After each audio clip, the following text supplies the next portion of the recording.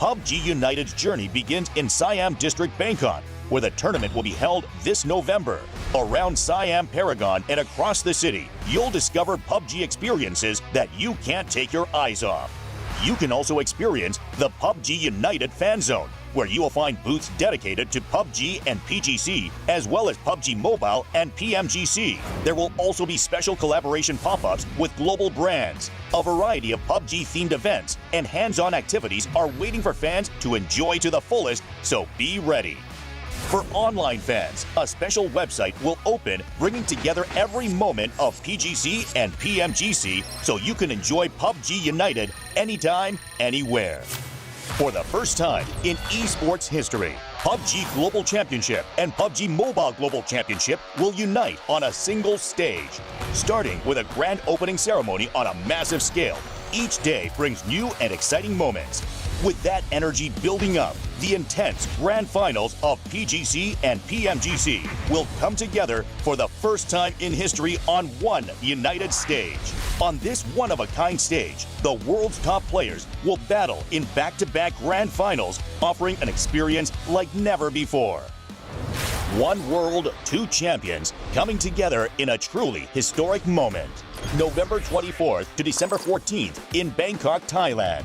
Come and experience PUBG United to the fullest. We will continue striving to be a PUBG and PUBG Mobile that never stops working hard for our fans. Thank you.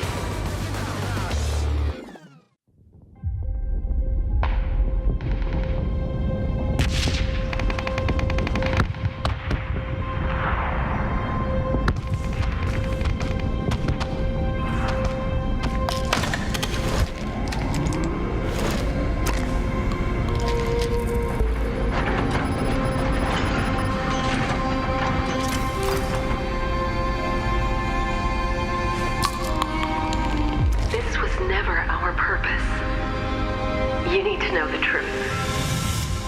These satellites, we built them to master the climate. They told us this was to stabilize the environment. I thought we were helping people, but it was a lie. It was a device for their entertainment. Their grand plan was to push the battle to the breaking point, to make the battlegrounds a brutal, unadulterated slaughter for their entertainment.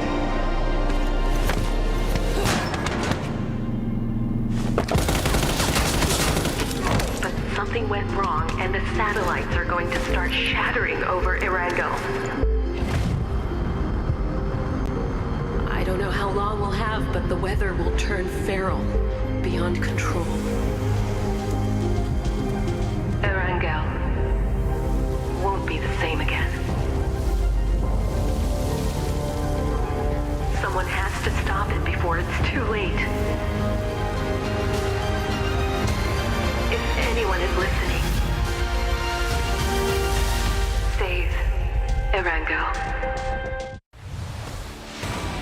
Hello, PUBG and PUBG Mobile fans. Thanks to your passionate, unwavering support, we've been able to grow tremendously on the battlegrounds of PUBG and PUBG Mobile. To give back to our fans, even in a small way, and to present you with a brand new experience of the #1 Battle Royale, we are bringing together PUBG and PUBG Mobile and uniting them under one stage, PUBG United, launching in 2025. PUBG United's journey begins in Siam District, Bangkok, where the tournament will be held this November. Around Siam Paragon and across the city, you'll discover PUBG experiences that you can't take your eyes off. You can also experience the PUBG United Fan Zone, where you will find booths dedicated to PUBG and PGC, as well as PUBG Mobile and PMGC. There will also be special collaboration pop-ups with global brands. A variety of PUBG-themed events and hands-on activities are waiting for fans to enjoy to the fullest, so be ready. For online fans, a special website will open, bringing together every moment of PGC and PMGC so you can enjoy PUBG United anytime, anywhere. For the first time in esports history, PUBG Global Championship and PUBG Mobile Global Championship will unite on a single stage. Starting with a grand opening ceremony on a massive scale, each day brings new and exciting moments. With that energy building up, the intense grand finals of PGC and PMGC will come together for the first time in history on one united stage. On this one-of-a-kind stage, the world's top players will battle in back-to-back grand finals, offering an experience like never before. One world, two champions coming together in a truly historic moment. November 24th to December 14th in Bangkok, Thailand. Come and experience PUBG United to the fullest. We will continue striving to be a PUBG and PUBG Mobile that never stops working hard for our fans. Thank you.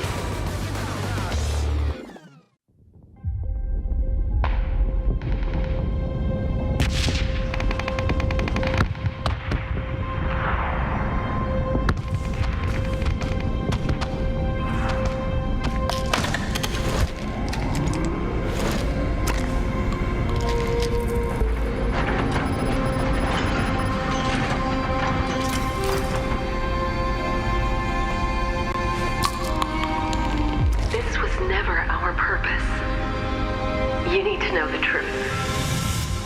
These satellites, we built them to master the climate. They told us this was to stabilize the environment. I thought we were helping people, but it was a lie. It was a device for their entertainment. Their grand plan was to push the battle to the breaking point, to make the battlegrounds a brutal, unadulterated slaughter for their entertainment.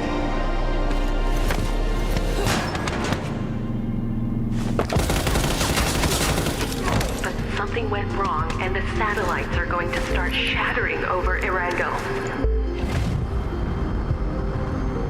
I don't know how long we'll have, but the weather will turn feral, beyond control. Erangel won't be the same again. Someone has to stop it before it's too late. If anyone is listening, save Erangel. Hello, PUBG and PUBG Mobile fans. Thanks to your passionate, unwavering support, we've been able to grow tremendously on the battlegrounds of PUBG and PUBG Mobile. To give back to our fans, even in a small way, and to present you with a brand new experience of the #1 Battle Royale, we are bringing together PUBG and PUBG Mobile and uniting them under one stage, PUBG United, launching in 2025.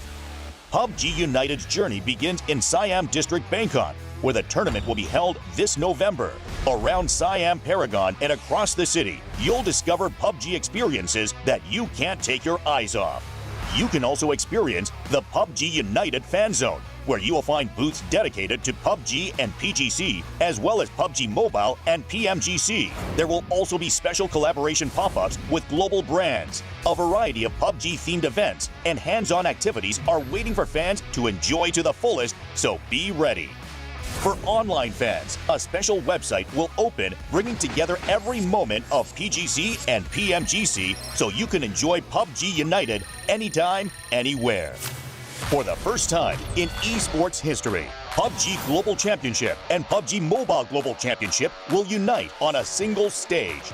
Starting with a grand opening ceremony on a massive scale, each day brings new and exciting moments. With that energy building up, the intense grand finals of PGC and PMGC will come together for the first time in history on one united stage. On this one-of-a-kind stage, the world's top players will battle in back-to-back grand finals, offering an experience like never before.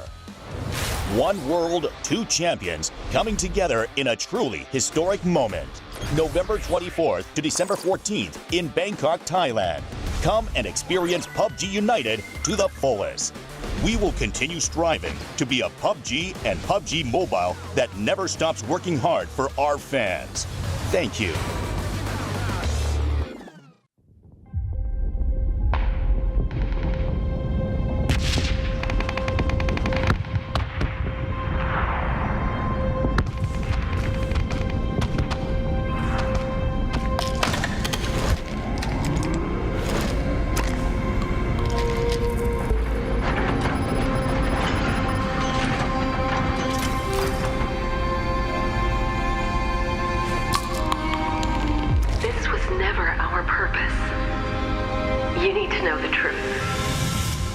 These satellites, we built them to master the climate. They told us this was to stabilize the environment. I thought we were helping people, but it was a lie. It was a device for their entertainment. Their grand plan was to push the battle to the breaking point, to make the battlegrounds a brutal, unadulterated slaughter for their entertainment.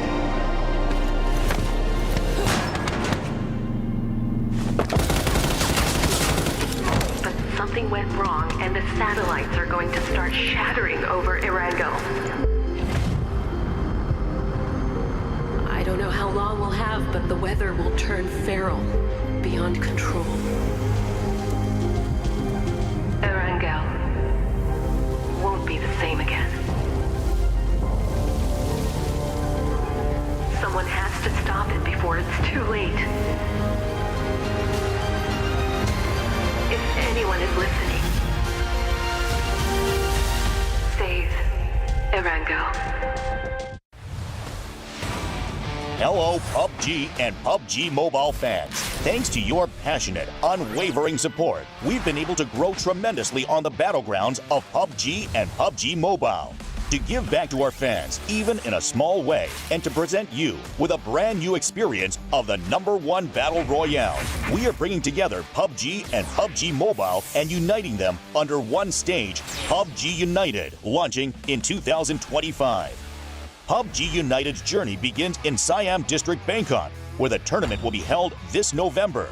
Around Siam Paragon and across the city, you'll discover PUBG experiences that you can't take your eyes off. You can also experience the PUBG United Fan Zone, where you will find booths dedicated to PUBG and PGC, as well as PUBG Mobile and PMGC. There will also be special collaboration pop-ups with global brands. A variety of PUBG-themed events and hands-on activities are waiting for fans to enjoy to the fullest, so be ready. For online fans, a special website will open, bringing together every moment of PGC and PMGC so you can enjoy PUBG United anytime, anywhere. For the first time in esports history, PUBG Global Championship and PUBG Mobile Global Championship will unite on a single stage. Starting with a grand opening ceremony on a massive scale, each day brings new and exciting moments. With that energy building up, the intense grand finals of PGC and PMGC will come together for the first time in history on one united stage. On this one-of-a-kind stage, the world's top players will battle in back-to-back grand finals, offering an experience like never before. One world, two champions, coming together in a truly historic moment. November 24th to December 14th in Bangkok, Thailand. Come and experience PUBG United to the fullest. We will continue striving to be a PUBG and PUBG Mobile that never stops working hard for our fans. Thank you.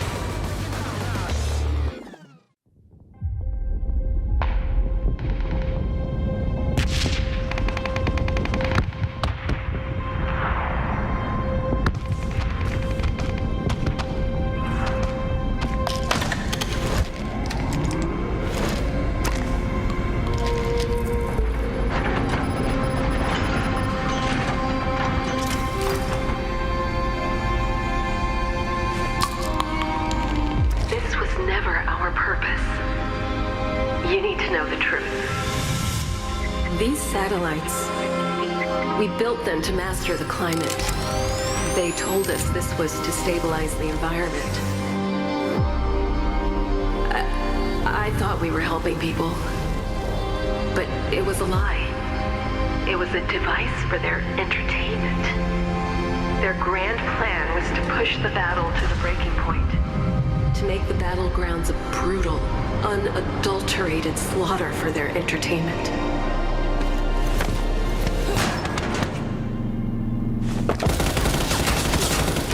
But something went wrong, and the satellites are going to start shattering over Erangel. I don't know how long we'll have, but the weather will turn feral, beyond control. Erangel won't be the same again. Someone has to stop it before it's too late. If anyone is listening,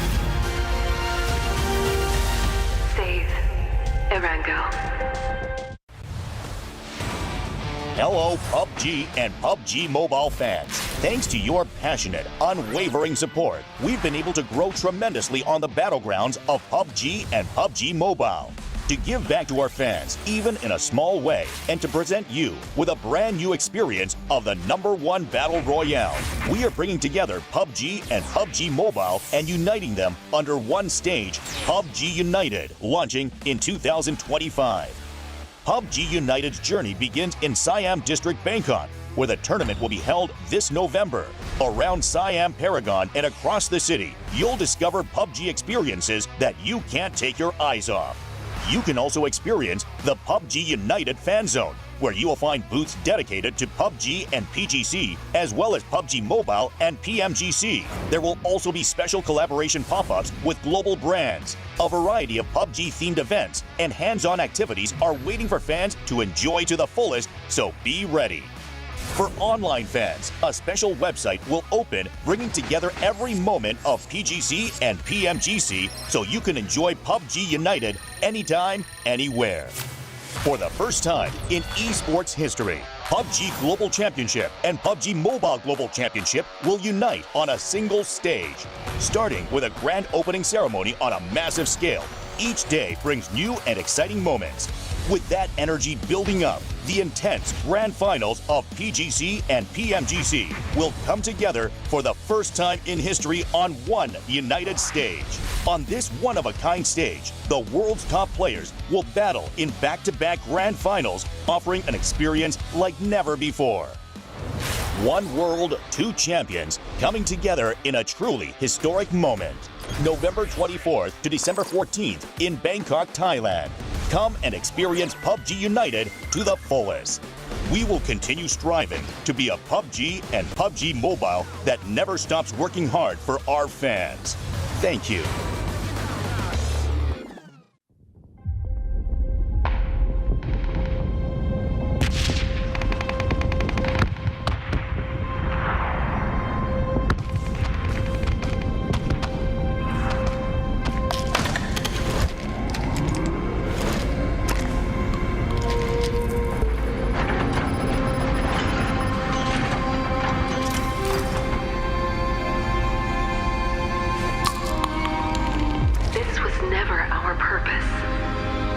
You need to know the truth. These satellites, we built them to master the climate. They told us this was to stabilize the environment. I thought we were helping people, but it was a lie. It was a device for their entertainment. Their grand plan was to push the battle to the breaking point, to make the battlegrounds a brutal, unadulterated slaughter for their entertainment.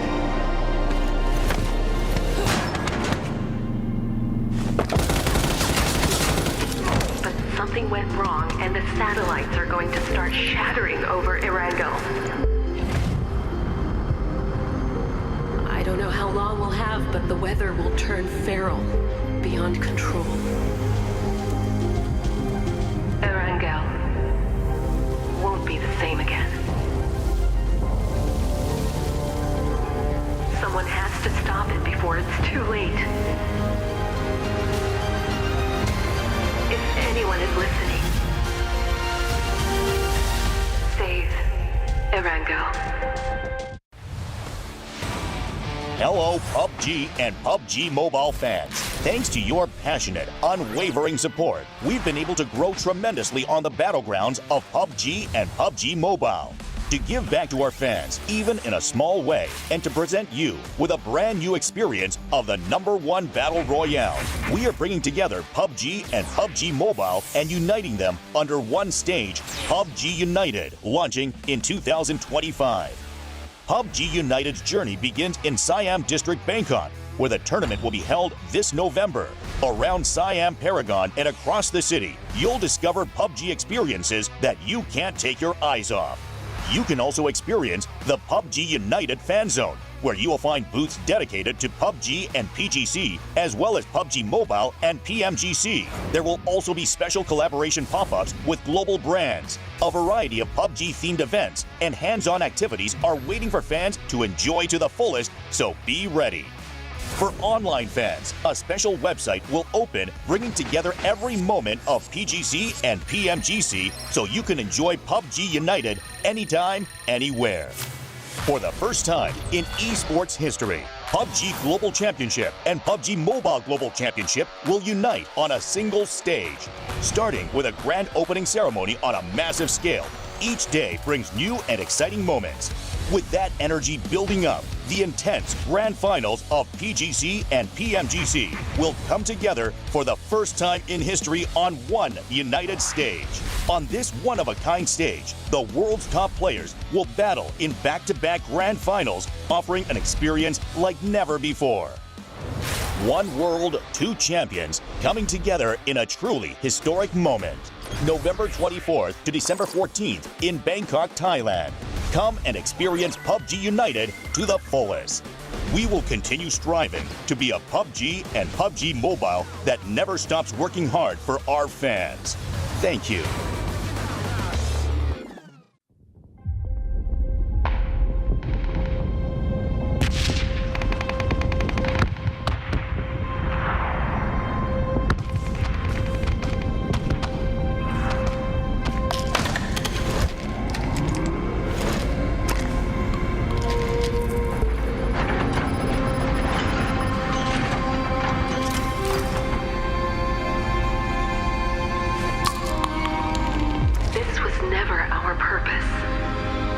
You need to know the truth. These satellites, we built them to master the climate. They told us this was to stabilize the environment. I thought we were helping people, but it was a lie. It was a device for their entertainment. Their grand plan was to push the battle to the breaking point, to make the battlegrounds a brutal, unadulterated slaughter for their entertainment.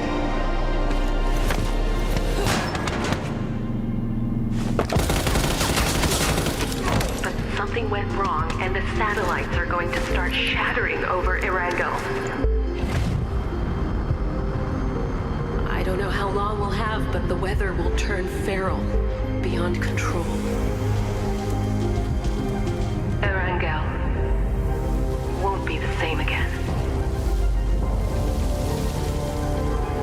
Someone has to stop it before it's too late. If anyone is listening,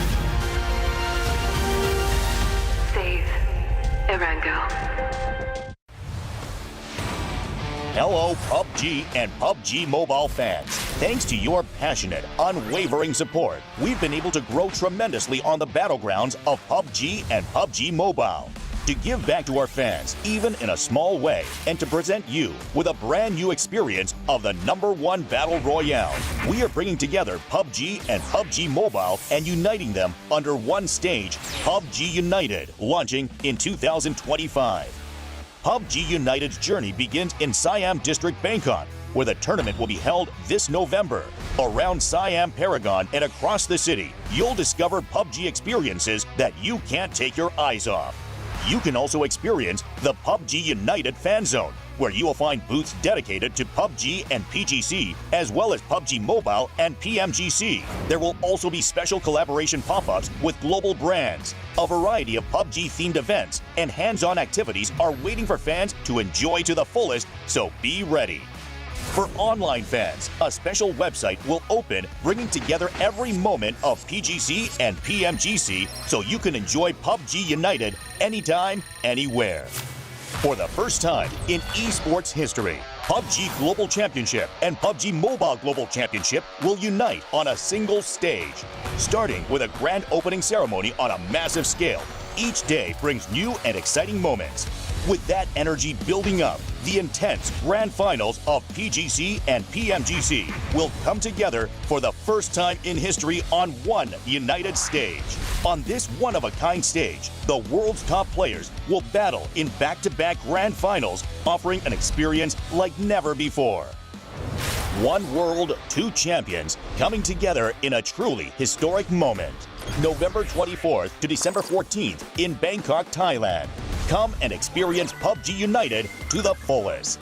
We will continue striving to be a PUBG and PUBG Mobile that never stops working hard for our fans. Thank you.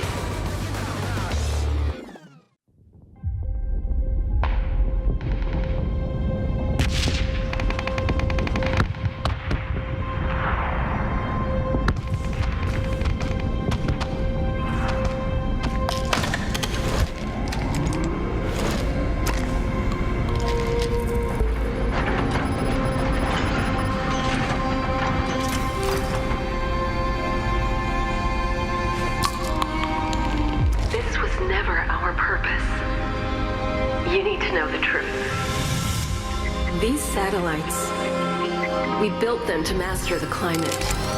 They told us this was to stabilize the environment.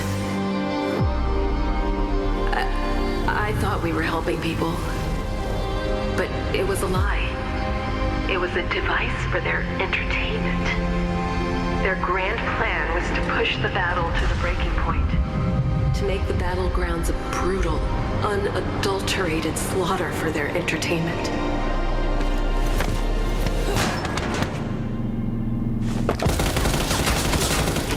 But something went wrong, and the satellites are going to start shattering over Erangel.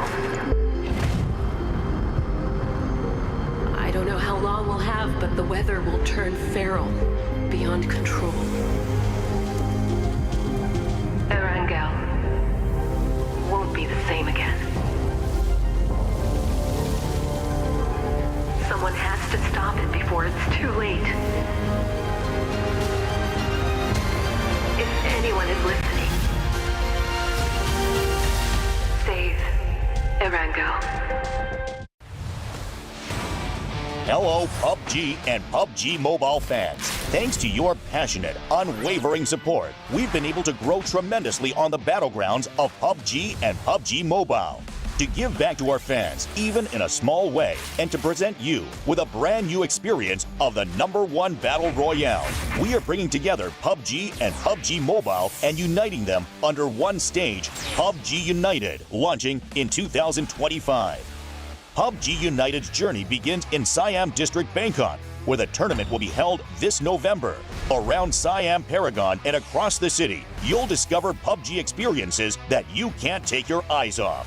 You can also experience the PUBG United Fan Zone, where you will find booths dedicated to PUBG and PGC, as well as PUBG Mobile and PMGC. There will also be special collaboration pop-ups with global brands. A variety of PUBG-themed events and hands-on activities are waiting for fans to enjoy to the fullest, so be ready. For online fans, a special website will open, bringing together every moment of PGC and PMGC so you can enjoy PUBG United anytime, anywhere. For the first time in esports history, PUBG Global Championship and PUBG Mobile Global Championship will unite on a single stage. Starting with a grand opening ceremony on a massive scale, each day brings new and exciting moments. With that energy building up, the intense grand finals of PGC and PMGC will come together for the first time in history on one united stage. On this one-of-a-kind stage, the world's top players will battle in back-to-back grand finals, offering an experience like never before.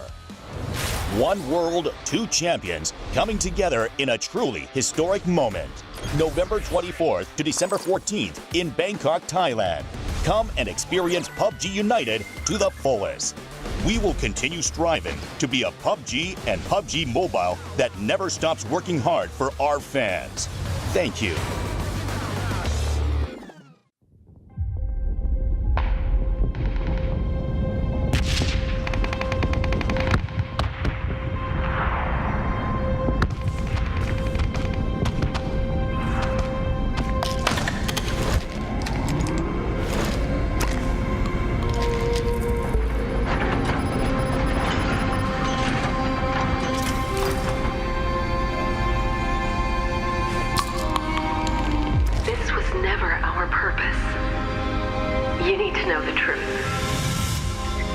satellites, we built them to master the climate. They told us this was to stabilize the environment. I thought we were helping people, but it was a lie. It was a device for their entertainment. Their grand plan was to push the battle to the breaking point, to make the battlegrounds a brutal, unadulterated slaughter for their entertainment.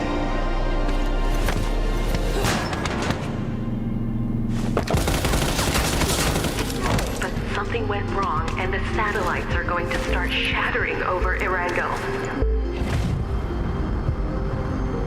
I don't know how long we'll have, but the weather will turn feral, beyond control. Erangel won't be the same again. Someone has to stop it before it's too late.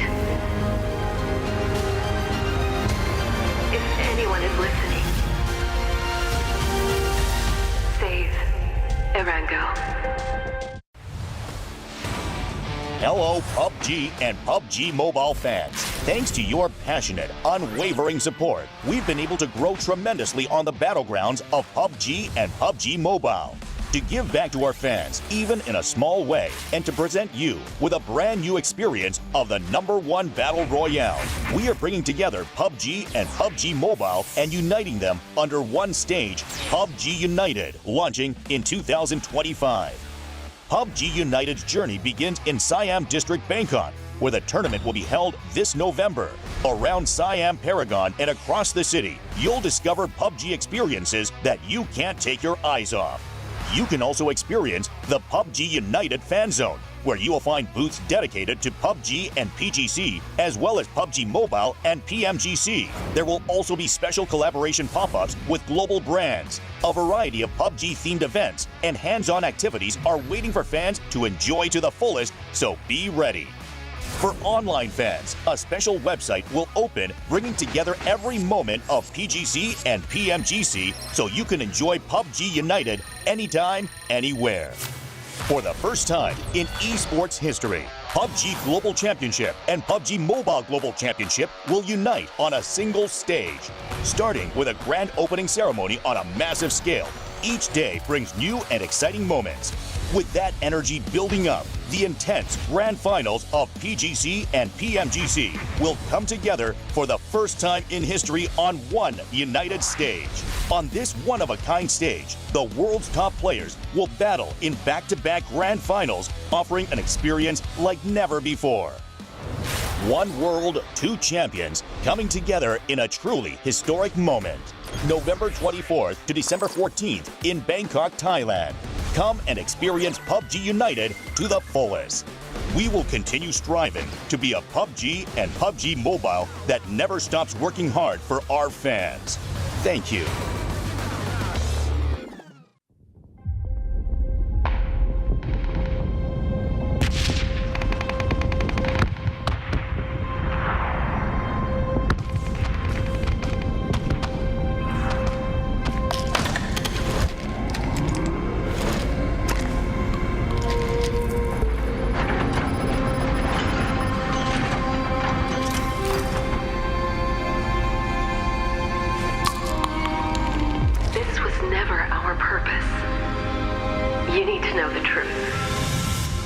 These satellites, we built them to master the climate.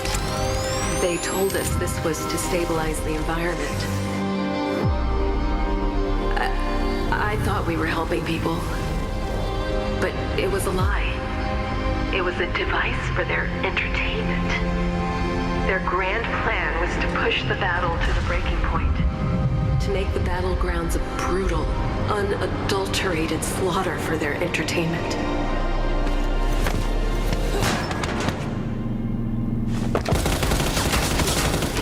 But something went wrong, and the satellites are going to start shattering over Erangel. I don't know how long we'll have, but the weather will turn feral, beyond control. Erangel won't be the same again. Someone has to stop it before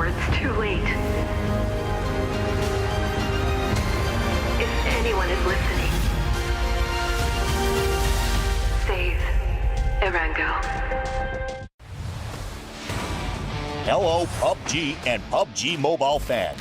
Thanks to your passionate, unwavering support, we've been able to grow tremendously on the battlegrounds of PUBG and PUBG Mobile.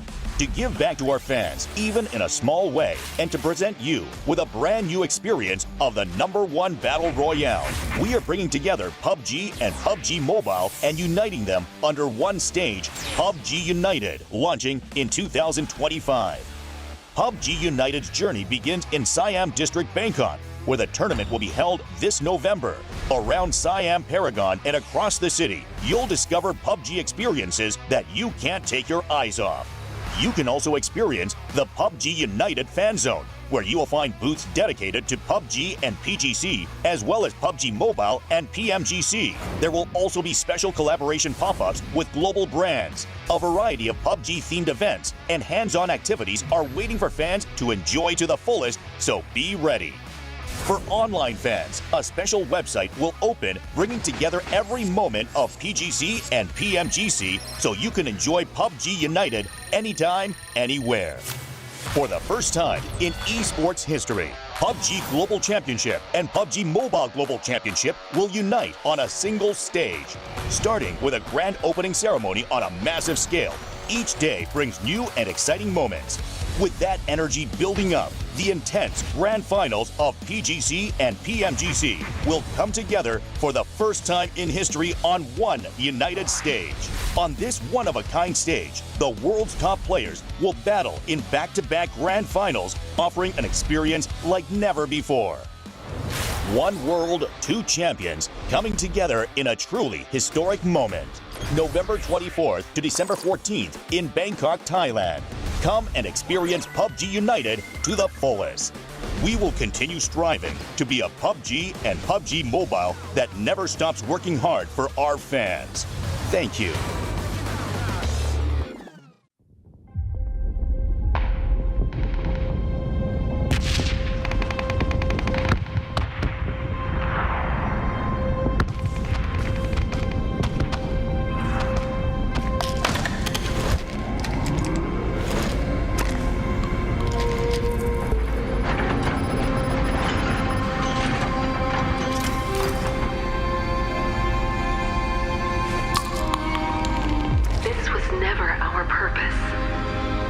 You need to know the truth.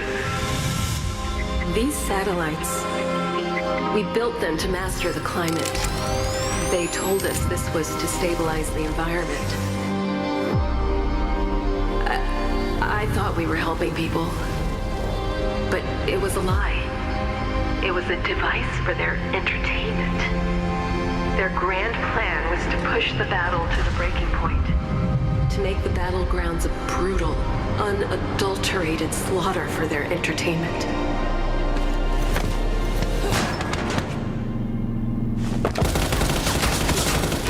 But something went wrong, and the satellites are going to start shattering over Erango.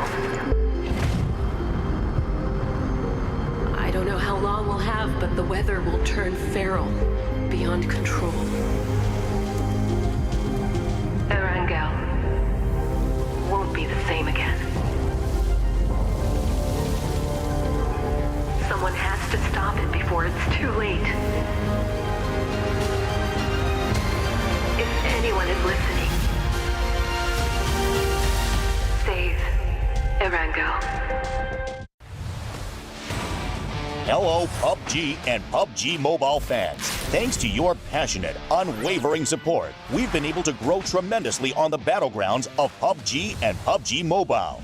To give back to our fans, even in a small way, and to present you with a brand new experience of the #1 Battle Royale, we are bringing together PUBG and PUBG Mobile and uniting them under one stage, PUBG United, launching in 2025. PUBG United's journey begins in Siam District, Bangkok, where the tournament will be held this November. Around Siam Paragon and across the city, you'll discover PUBG experiences that you can't take your eyes off. You can also experience the PUBG United Fan Zone, where you will find booths dedicated to PUBG and PGC, as well as PUBG Mobile and PMGC. There will also be special collaboration pop-ups with global brands. A variety of PUBG-themed events and hands-on activities are waiting for fans to enjoy to the fullest, so be ready. For online fans, a special website will open, bringing together every moment of PGC and PMGC so you can enjoy PUBG United anytime, anywhere. For the first time in esports history, PUBG Global Championship and PUBG Mobile Global Championship will unite on a single stage. Starting with a grand opening ceremony on a massive scale, each day brings new and exciting moments. With that energy building up, the intense grand finals of PGC and PMGC will come together for the first time in history on one united stage. On this one-of-a-kind stage, the world's top players will battle in back-to-back grand finals, offering an experience like never before. One world, two champions coming together in a truly historic moment. November 24th to December 14th in Bangkok, Thailand. Come and experience PUBG United to the fullest. We will continue striving to be a PUBG and PUBG Mobile that never stops working hard for our fans. Thank you.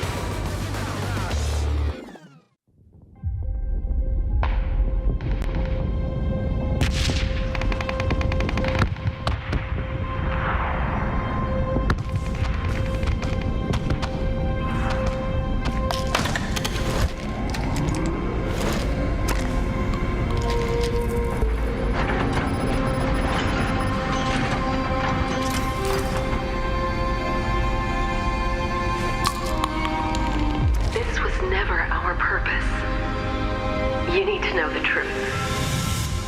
These satellites, we built them to master the climate. They told us this was to stabilize the environment. I thought we were helping people, but it was a lie. It was a device for their entertainment. Their grand plan was to push the battle to the breaking point, to make the battlegrounds a brutal, unadulterated slaughter for their entertainment.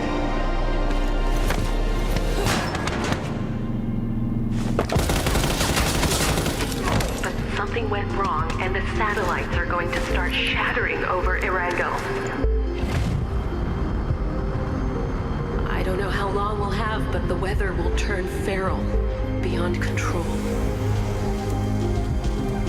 Erangel won't be the same again. Someone has to stop it before it's too late. If anyone is listening, save Erangel. Hello, PUBG and PUBG Mobile fans. Thanks to your passionate, unwavering support, we've been able to grow tremendously on the battlegrounds of PUBG and PUBG Mobile. To give back to our fans, even in a small way, and to present you with a brand new experience of the #1 Battle Royale, we are bringing together PUBG and PUBG Mobile and uniting them under one stage, PUBG United, launching in 2025. PUBG United's journey begins in Siam District, Bangkok, where the tournament will be held this November. Around Siam Paragon and across the city, you'll discover PUBG experiences that you can't take your eyes off. You can also experience the PUBG United Fan Zone, where you will find booths dedicated to PUBG and PGC, as well as PUBG Mobile and PMGC. There will also be special collaboration pop-ups with global brands. A variety of PUBG-themed events and hands-on activities are waiting for fans to enjoy to the fullest, so be ready. For online fans, a special website will open, bringing together every moment of PGC and PMGC so you can enjoy PUBG United anytime, anywhere. For the first time in esports history, PUBG Global Championship and PUBG Mobile Global Championship will unite on a single stage. Starting with a grand opening ceremony on a massive scale, each day brings new and exciting moments.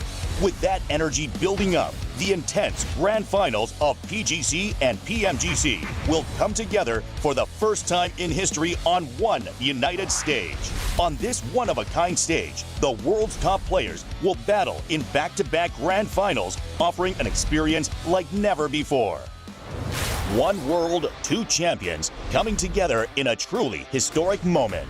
November 24th to December 14th in Bangkok, Thailand. Come and experience PUBG United to the fullest.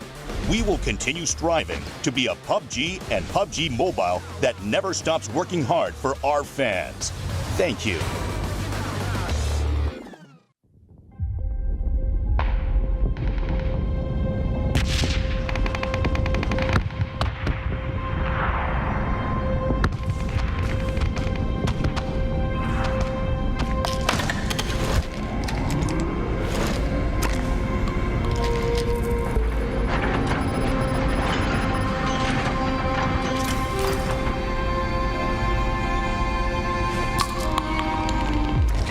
Never our purpose. You need to know the truth.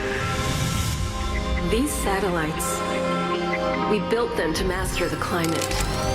They told us this was to stabilize the environment.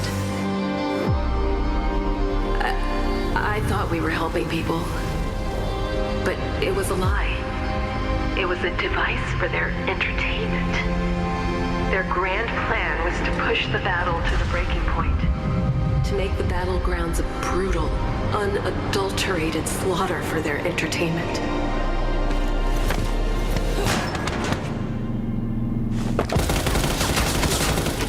But something went wrong, and the satellites are going to start shattering over Erangel. I don't know how long we'll have, but the weather will turn feral, beyond control. Erangel won't be the same again. Someone has to stop it before it's too late. If anyone is listening, save Erangel. Hello, PUBG and PUBG Mobile fans. Thanks to your passionate, unwavering support, we've been able to grow tremendously on the battlegrounds of PUBG and PUBG Mobile. To give back to our fans, even in a small way, and to present you with a brand new experience of the #1 Battle Royale, we are bringing together PUBG and PUBG Mobile and uniting them under one stage, PUBG United, launching in 2025. PUBG United's journey begins in Siam District, Bangkok, where the tournament will be held this November. Around Siam Paragon and across the city, you'll discover PUBG experiences that you can't take your eyes off. You can also experience the PUBG United Fan Zone, where you will find booths dedicated to PUBG and PGC, as well as PUBG Mobile and PMGC. There will also be special collaboration pop-ups with global brands. A variety of PUBG-themed events and hands-on activities are waiting for fans to enjoy to the fullest, so be ready. For online fans, a special website will open, bringing together every moment of PGC and PMGC so you can enjoy PUBG United anytime, anywhere. For the first time in esports history, PUBG Global Championship and PUBG Mobile Global Championship will unite on a single stage. Starting with a grand opening ceremony on a massive scale, each day brings new and exciting moments.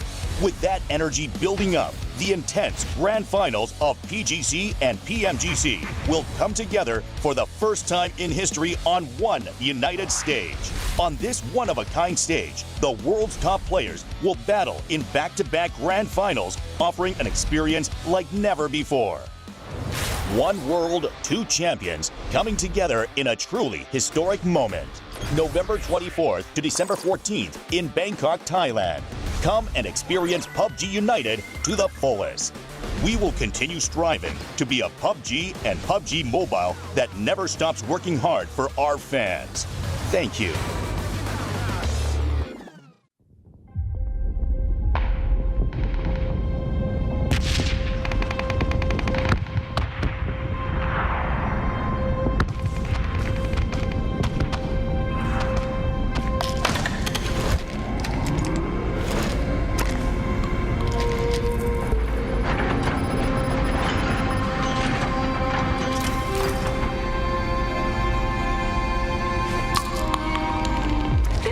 never our purpose. You need to know the truth. These satellites, we built them to master the climate. They told us this was to stabilize the environment. I thought we were helping people, but it was a lie. It was a device for their entertainment. Their grand plan was to push the battle to the breaking point, to make the battlegrounds a brutal, unadulterated slaughter for their entertainment.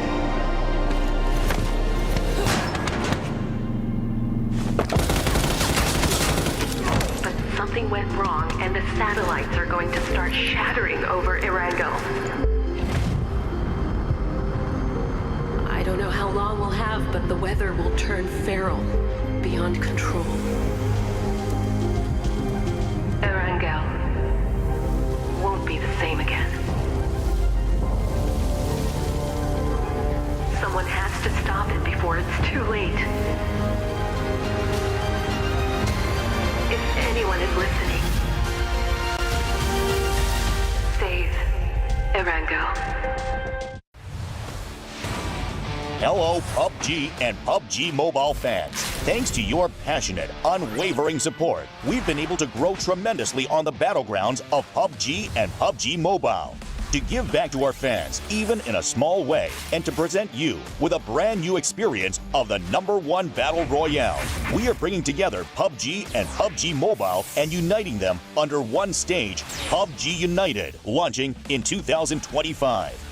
PUBG United's journey begins in Siam District, Bangkok, where the tournament will be held this November.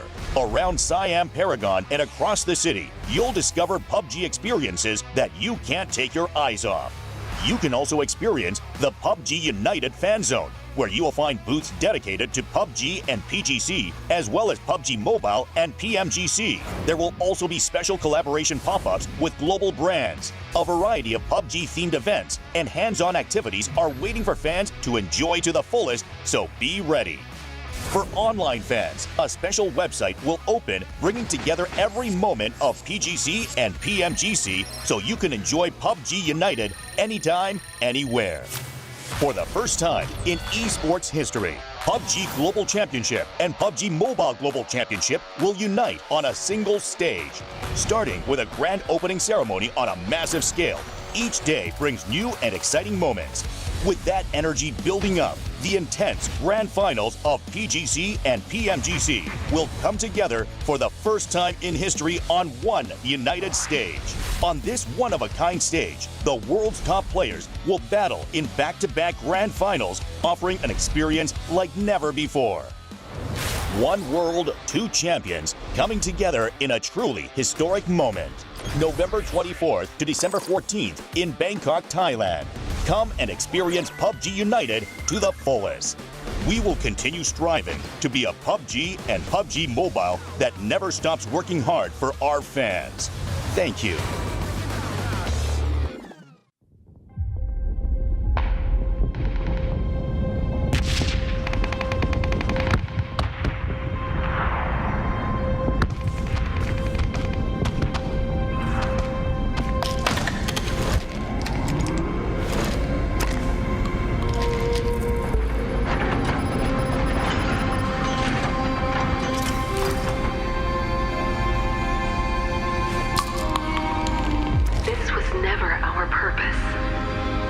You need to know the truth. These satellites, we built them to master the climate. They told us this was to stabilize the environment. I thought we were helping people, but it was a lie. It was a device for their entertainment. Their grand plan was to push the battle to the breaking point, to make the battlegrounds a brutal, unadulterated slaughter for their entertainment.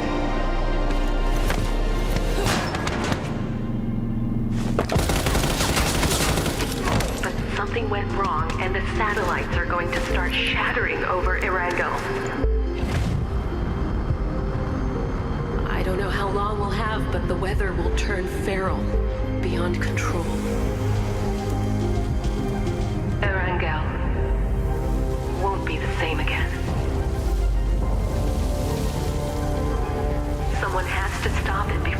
too late. If anyone is listening, save Erango. Hello, PUBG and PUBG Mobile fans.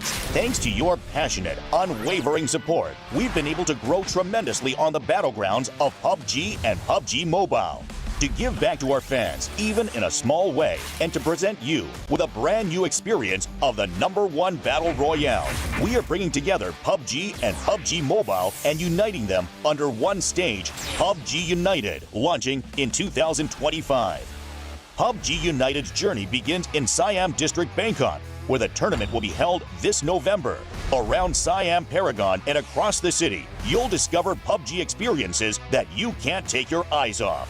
You can also experience the PUBG United Fan Zone, where you will find booths dedicated to PUBG and PGC, as well as PUBG Mobile and PMGC. There will also be special collaboration pop-ups with global brands. A variety of PUBG-themed events and hands-on activities are waiting for fans to enjoy to the fullest, so be ready. For online fans, a special website will open, bringing together every moment of PGC and PMGC so you can enjoy PUBG United anytime, anywhere. For the first time in esports history, PUBG Global Championship and PUBG Mobile Global Championship will unite on a single stage. Starting with a grand opening ceremony on a massive scale, each day brings new and exciting moments. With that energy building up, the intense grand finals of PGC and PMGC will come together for the first time in history on one united stage. On this one-of-a-kind stage, the world's top players will battle in back-to-back grand finals, offering an experience like never before. One world, two champions, coming together in a truly historic moment. November 24th to December 14th in Bangkok, Thailand. Come and experience PUBG United to the fullest. We will continue striving to be a PUBG and PUBG Mobile that never stops working hard for our fans. Thank you.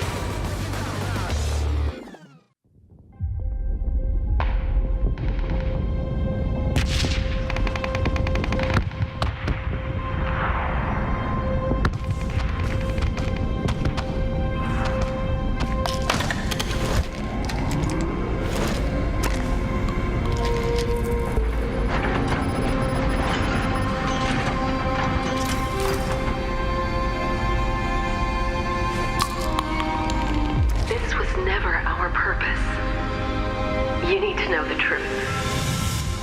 These satellites, we built them to master the climate. They told us this was to stabilize the environment. I thought we were helping people, but it was a lie. It was a device for their entertainment. Their grand plan was to push the battle to the breaking point, to make the battlegrounds a brutal, unadulterated slaughter for their entertainment.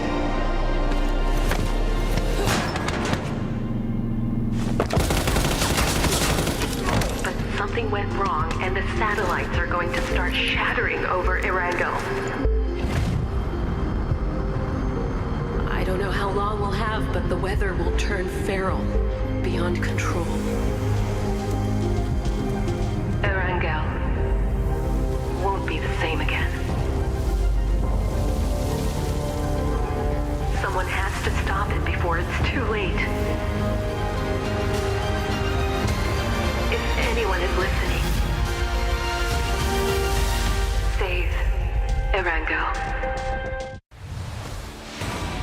Hello, PUBG and PUBG Mobile fans. Thanks to your passionate, unwavering support, we've been able to grow tremendously on the battlegrounds of PUBG and PUBG Mobile.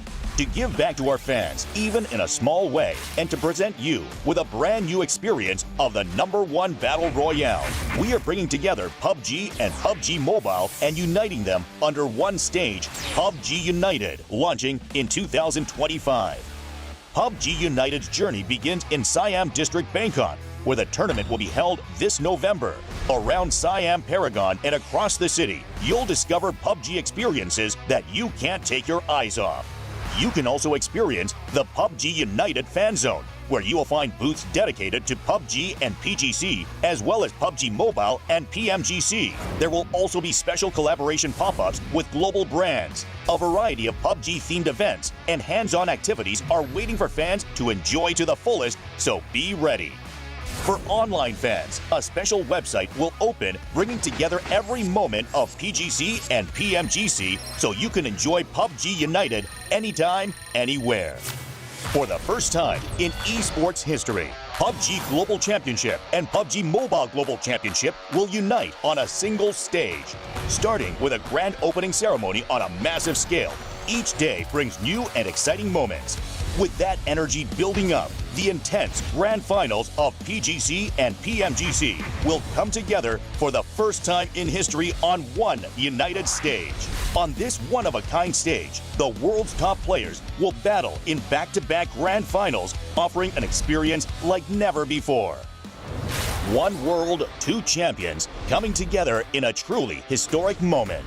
November 24th to December 14th in Bangkok, Thailand. Come and experience PUBG United to the fullest. We will continue striving to be a PUBG and PUBG Mobile that never stops working hard for our fans. Thank you. Hello. Hey everybody, welcome back after what has been a very long and unforeseen and unfortunate technical pause and delay. We are going to go into game here shortly, but there will be some changes. We'll let you know what those are as we proceed. But once again, I am Porsaurus, joining me is Toby. But the most important thing is we get to still see that snowy Erangel map. And we said we'll be right back, and technically there's no definition of what right back means, so Sure. Here we are.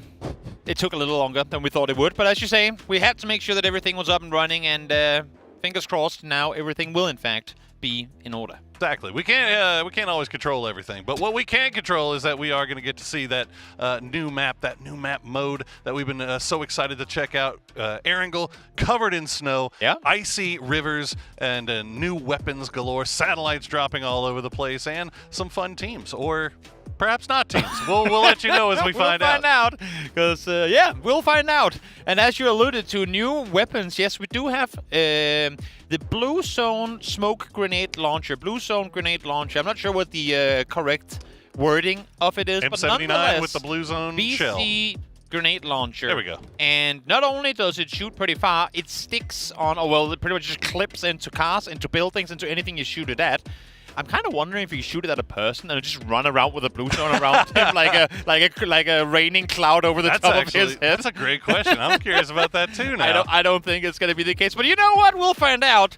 So will these guys as we get into game shortly. Now I do remember seeing from the patch notes that blue zone grenade with the freezing with the M79 version doesn't do as much damage per tick.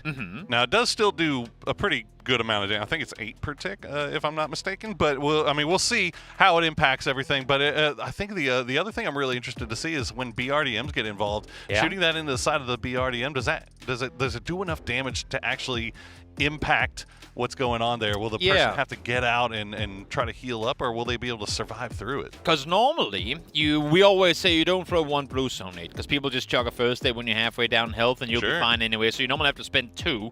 Issue then becomes, can you find 2 blue zone grenade launchers, or even, does the regular grenade launcher work, and then you just swap the ammo from smoke ammo to blue zone ammo? Is it the same thing, or is it 2 different? I'm actually, again, we said it in the, what ended up being the pre-show. Pre-show, yeah. With a little bit of a break in between. But we are coming into this as blind as the vast majority of viewers probably are in terms of what's going to happen, because obviously we've been here, so we haven't had a chance to try this out, so it's going to be fun and new for all of us, players included, to see what's going to happen once we get on service. The players, you know what, as frustrating as delays can be and have been here, it's actually been kind of fun seeing all these players, I mean, the language barriers, whatever there might be, seeing all these players walk around to each other's booths. They were stood all behind Pio moments ago, sat on Twire looking at old VODs. Like, we were talking Twisted Minds. I mean, all of the Korean multinational VOD review. NA was there as well. Everyone was there doing VOD review together of the matches. So, yes, delays aren't fun for the players here. I don't think it's been that much of a burden. Quite the contrary. They've had fun kind of roaming around to each other's stalls and hanging out. Yeah, absolutely. Getting to kind of interact with some guys that you don't always get to hang out with. You only get to see them once or twice a year, especially unless you're one of those teams like Bagopie or Forest. Bagopie and Forest that's been to every event. Well, a couple of teams have been to every event too. Yeah. That's not too far out. But just getting to catch up. That is true. See these guys now getting into games, starting to warm up a little bit before freezing themselves on snowy Sub-Zero Erangel. Teammates, are they going to be teaming, you think? Anyone going with, so my teammate? My actual teammate is over there. Do I want to take him out early? Or you think there's going to be any of that rivalry when you find your actual teammate in game and you can go up against him? What do you think? Look, again, this might have to do with just maybe it's just like a experience thing, or like all my sporting experience and like all my life. If I ever had gotten it in a lobby with a teammate, I'd never want to team up. I'm hunting them. Like, I want them to lose. Here we go. We get to They're see a still little VOD reviewing with Pio, by the way. Checking it out. Hey, still there. Tick joining in on it now as well. What's going on over here? What is it that they're looking at that is so interesting? The elder statesman. We might never know. Taking a look at what's going on here, but that was Cake showing them how it's done now. Yeah. Well, I mean, look, it was a lot of fun getting to talk to these guys and really getting to kind of what you got? No, I mean, I just wanted to share also, to add to the conversation of players, you and I had a good chance to talk to to the Thai talent as well. They sat in the booth right next to us. Shout out to all of our global talent, really.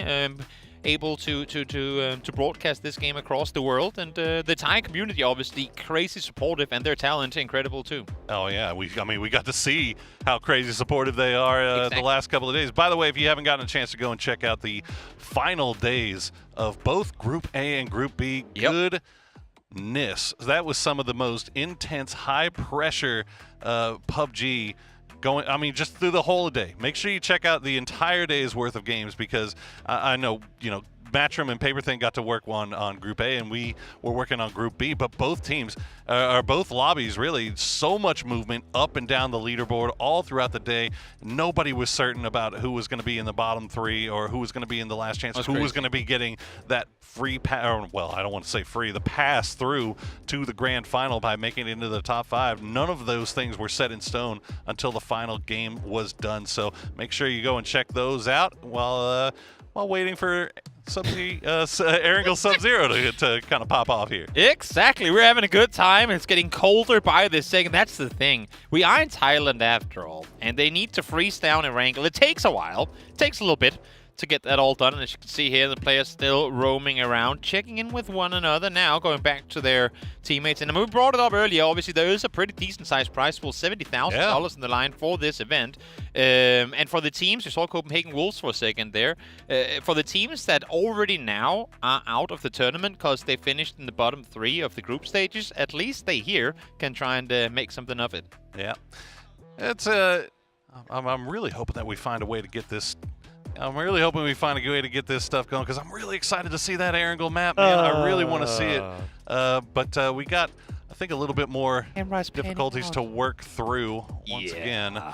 So we'll still be working that out. But again, make sure that you do get a chance to go and watch those final 2 days of the group stages. Make sure you get a chance to go in there and check out Sub-Zero Erangel, because it is going to be everything that we've seen about it so far makes it look like it's going to be a lot of fun. You know what? You came in here to watch PUBG, and if you haven't watched those games already, watch them right now while we're waiting to get this thing on the road, because they were great, and this is going to be fantastic as well. Yeah, watch ours first. Ours were cooler, and you can watch whichever one you want. Nonetheless, we're going to go to a break, and hopefully we'll be back when we have the issue solved. Hello, PUBG and PUBG Mobile fans. Thanks to your passionate, unwavering support, we've been able to grow tremendously on the battlegrounds of PUBG and PUBG Mobile. to give back to our fans, even in a small way, and to present you with a brand new experience of the #1 Battle Royale.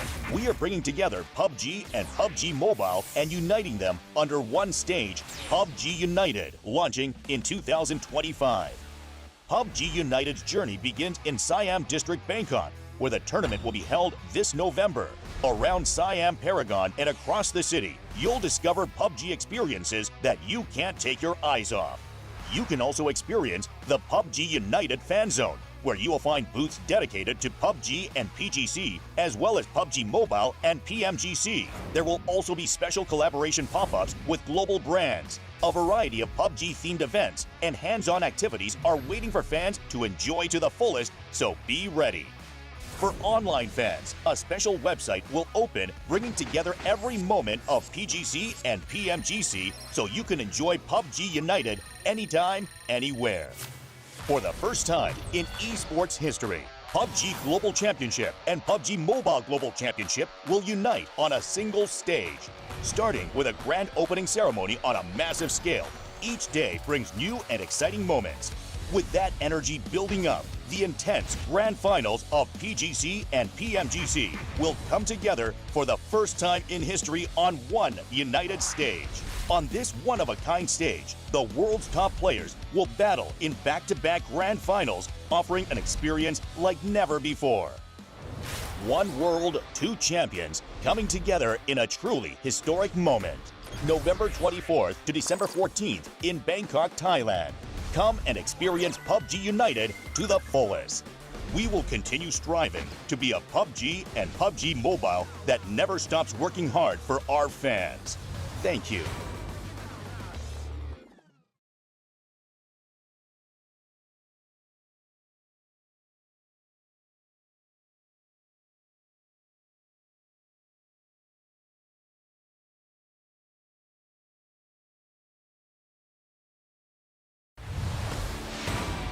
Hello, PUBG and PUBG Mobile fans. Thanks to your passionate, unwavering support, we've been able to grow tremendously on the battlegrounds of PUBG and PUBG Mobile. To give back to our fans, even in a small way, and to present you with a brand new experience of the #1 Battle Royale, we are bringing together PUBG and PUBG Mobile and uniting them under one stage, PUBG United, launching in 2025. PUBG United's journey begins in Siam District, Bangkok, where the tournament will be held this November.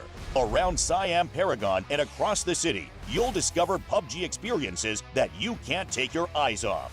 You can also experience the PUBG United Fan Zone, where you will find booths dedicated to PUBG and PGC, as well as PUBG Mobile and PMGC. There will also be special collaboration pop-ups with global brands. A variety of PUBG-themed events and hands-on activities are waiting for fans to enjoy to the fullest, so be ready.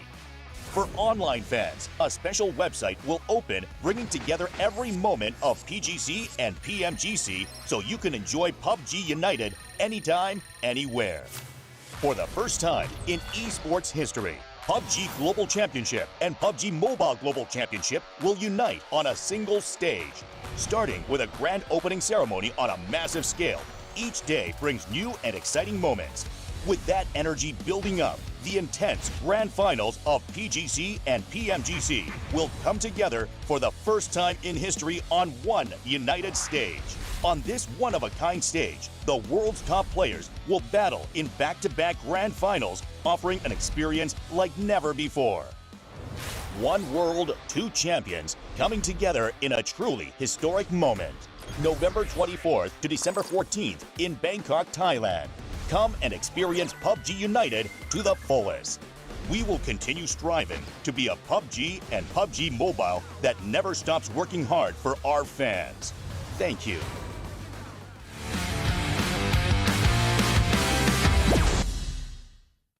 Hi PUBG Sports fans, I'm your PUBG Sports guide Annie, and I'm here again with Paper Thin. Hey guys, what's up? So we're finally here again to talk about the year's finale, PGC 2025. Yeah, it was a really great year. I mean, so many exciting events. We had the PGSs in Shanghai to start with 17 Gaming and BB Team taking really exciting wins. And then we had EWC where Twisted Minds took home a huge victory. They were looking great. We go into PGS, into Malaysia, and of course it's Twisted Minds again, winning yet another PGS. Absolutely phenomenal stuff. And then we got a surprise win with Virtus Pro, who really stepped up big for the final PGS of the year. Yeah, so after this Road to PGC events, we now have the 33 teams who will be participating in this year's finale, PGC 2025.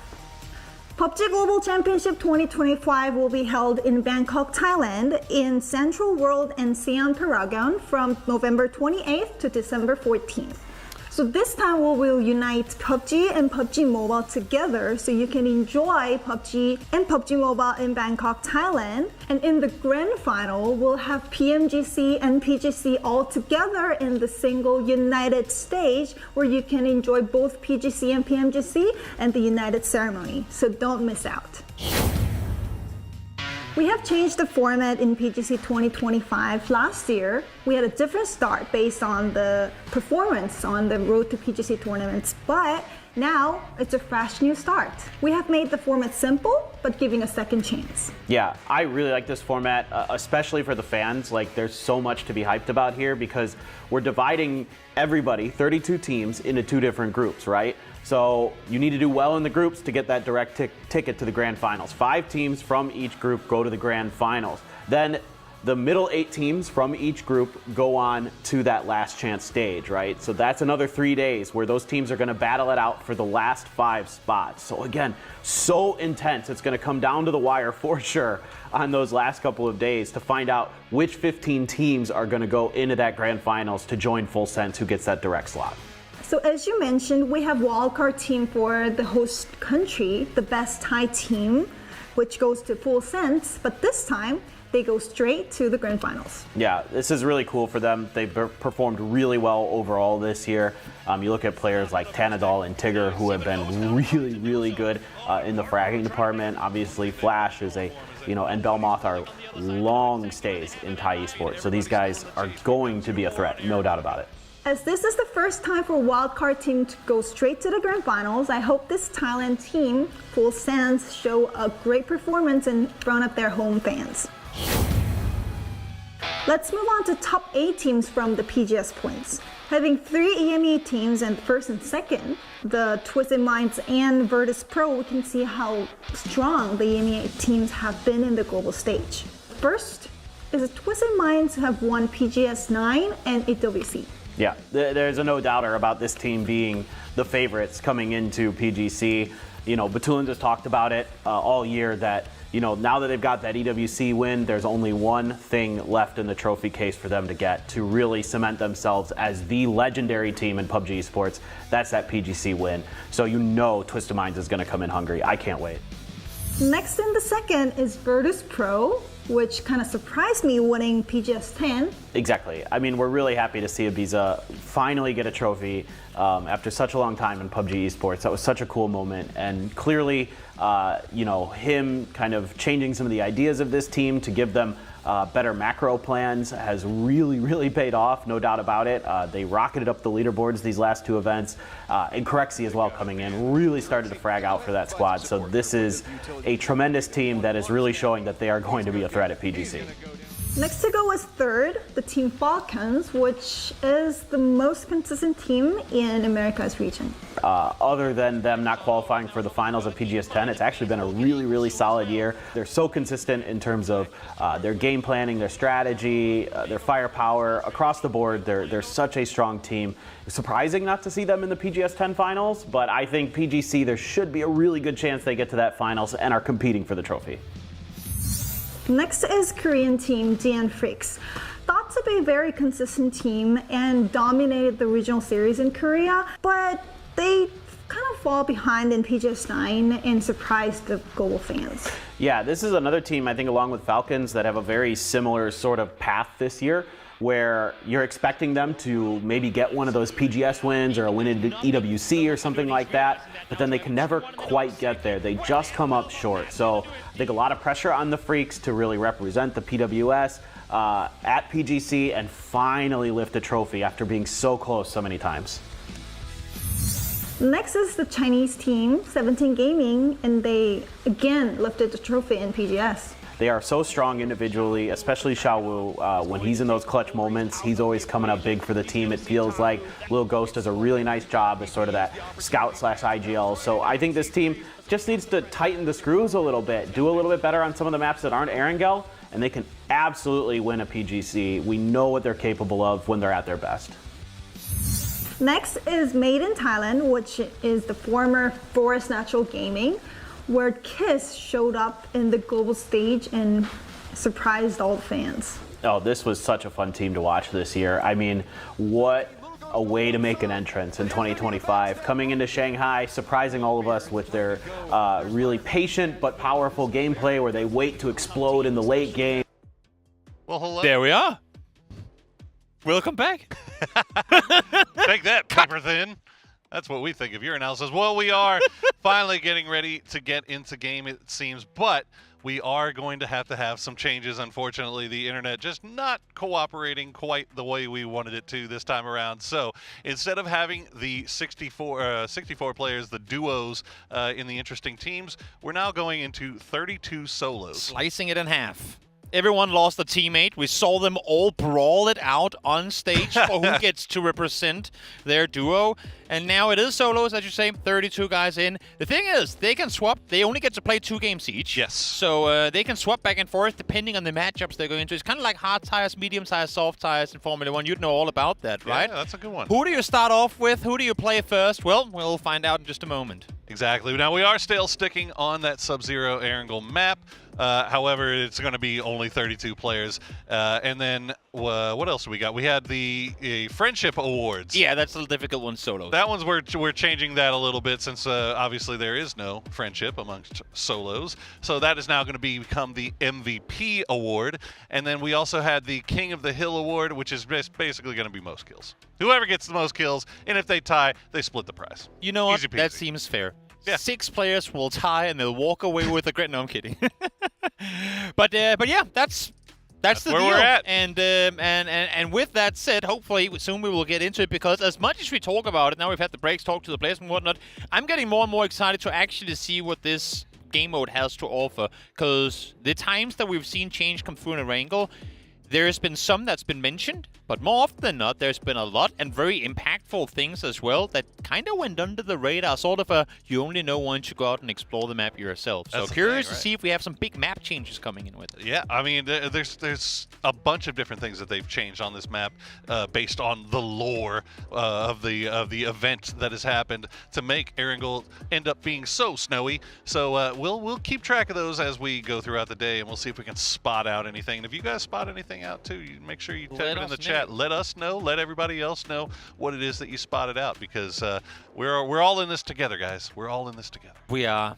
We're sat here with you guys, waiting for these games to hopefully kick off. And we can lean over and look at the players. Look how ready they look. They look really ready. I'm gonna give it like a solid 3 out of 10, but some of them are sat headsets on ready to go. The others kind of roaming on, but I am seeing players now being ushered back to their seats. People are running across the backstage here as well. That's usually a good sign that we're about to get things going. Yeah, anytime you see people dressed all in black running back and forth, that's actually a really good sign. So, yeah. Yeah, so I'm assuming that we'll get in there. I'm actually curious now if it was you and I, Toby, if we were a duo that had now been forced into playing as solos, would you be there to provide me with coaching behind me as I'm going through the map and telling me what I should be doing, where I should be going, what I should be looking for? I mean, you definitely need it, but my coach track record isn't that great. So I don't know if you would want me in as a coach. Nonetheless, I would be there, if anything, for moral support and to laugh at you when you mess up, obviously, because that's part of my job as your co-caster. But yeah, no, I think I would. What about you? Would you be there supporting me all the way through, or do you just go home and? Absolutely not. No, you're in this on your own, buddy. There's an MVP award at stake here. Fair enough. And by God, fair enough. I would be trying for it here as we see a little bit more international looking here as we try to figure out where. The thing is, we're watching all this happen. I was going to say, can we please have a cameraman on the other side? Because we need to know. They're all laughing together, too. They're locked in, man. You know what? They're watching our broadcast right now going, look at those old fools. They're just set up there being roasted on the camera. Could be. Yeah. It's Well, I did see a number of them having they were kind of checking each other's drip and checking this. Hey, they look. By the way, Rex's birthday. Yes, sir. Happy birthday, Rex. Happy birthday, Rex. How old do you think he has turned today? 21. Chat, what do you think? Not a day old. Let us know. How old is Rex now? As he gets the secret strat book from Team Gunner. Falcons, Yeah, Gunner out there sharing the intel on what to do in the game of solos. Because, I mean, outside of doing it in whether streaming or just playing at home, I don't think these guys play solos too often. At least not in a competitive environment like what we have here as we. I'm pretty sure. What? Super zoom. I'm pretty sure the only time I've seen these guys play solos is when they're playing solo in a squad lobby, and they're just trying to go through and just roast as many. So just PO every full game. squads, everything. Yeah. Yeah. It could be. I don't know. Could be. Nixie seems ready. Pentagram boys. Ish. They're starting to high five each other, getting those hands warmed up, ready for the games to come. And yeah, waiting for this one to go down there. Oh, this is getting more and more aggressive. Seems like GameStar Win is feeling it as well. Guys, I promise. Alongside Petrichor. I promise we're not trying to bait you here, guys. We wouldn't be here if they didn't think that we were almost ready to get in. Hey, We have the camera on the backside, but now they're not looking at anything special. Sparking's in lobby right there. PO a little bit less so, but he might not be the Bagel Pile lad that's participating right now. So, we'll remains to be seen. Tig, looks like The camera. I'm not sure. Yeah, Tig and Shrimsy, they got to pick one. Who's going to go in there? Well, that's what's being debated right now amongst all these duos, is who actually gets to play. So what they're doing right now is they're analyzing Tanvu's VODs and going, is he worthy? How do you pick? How do you pick in a solo tournament? Do you go with Tanvu or do you go with Himas? I mean... Just individual prowess, solo matchup.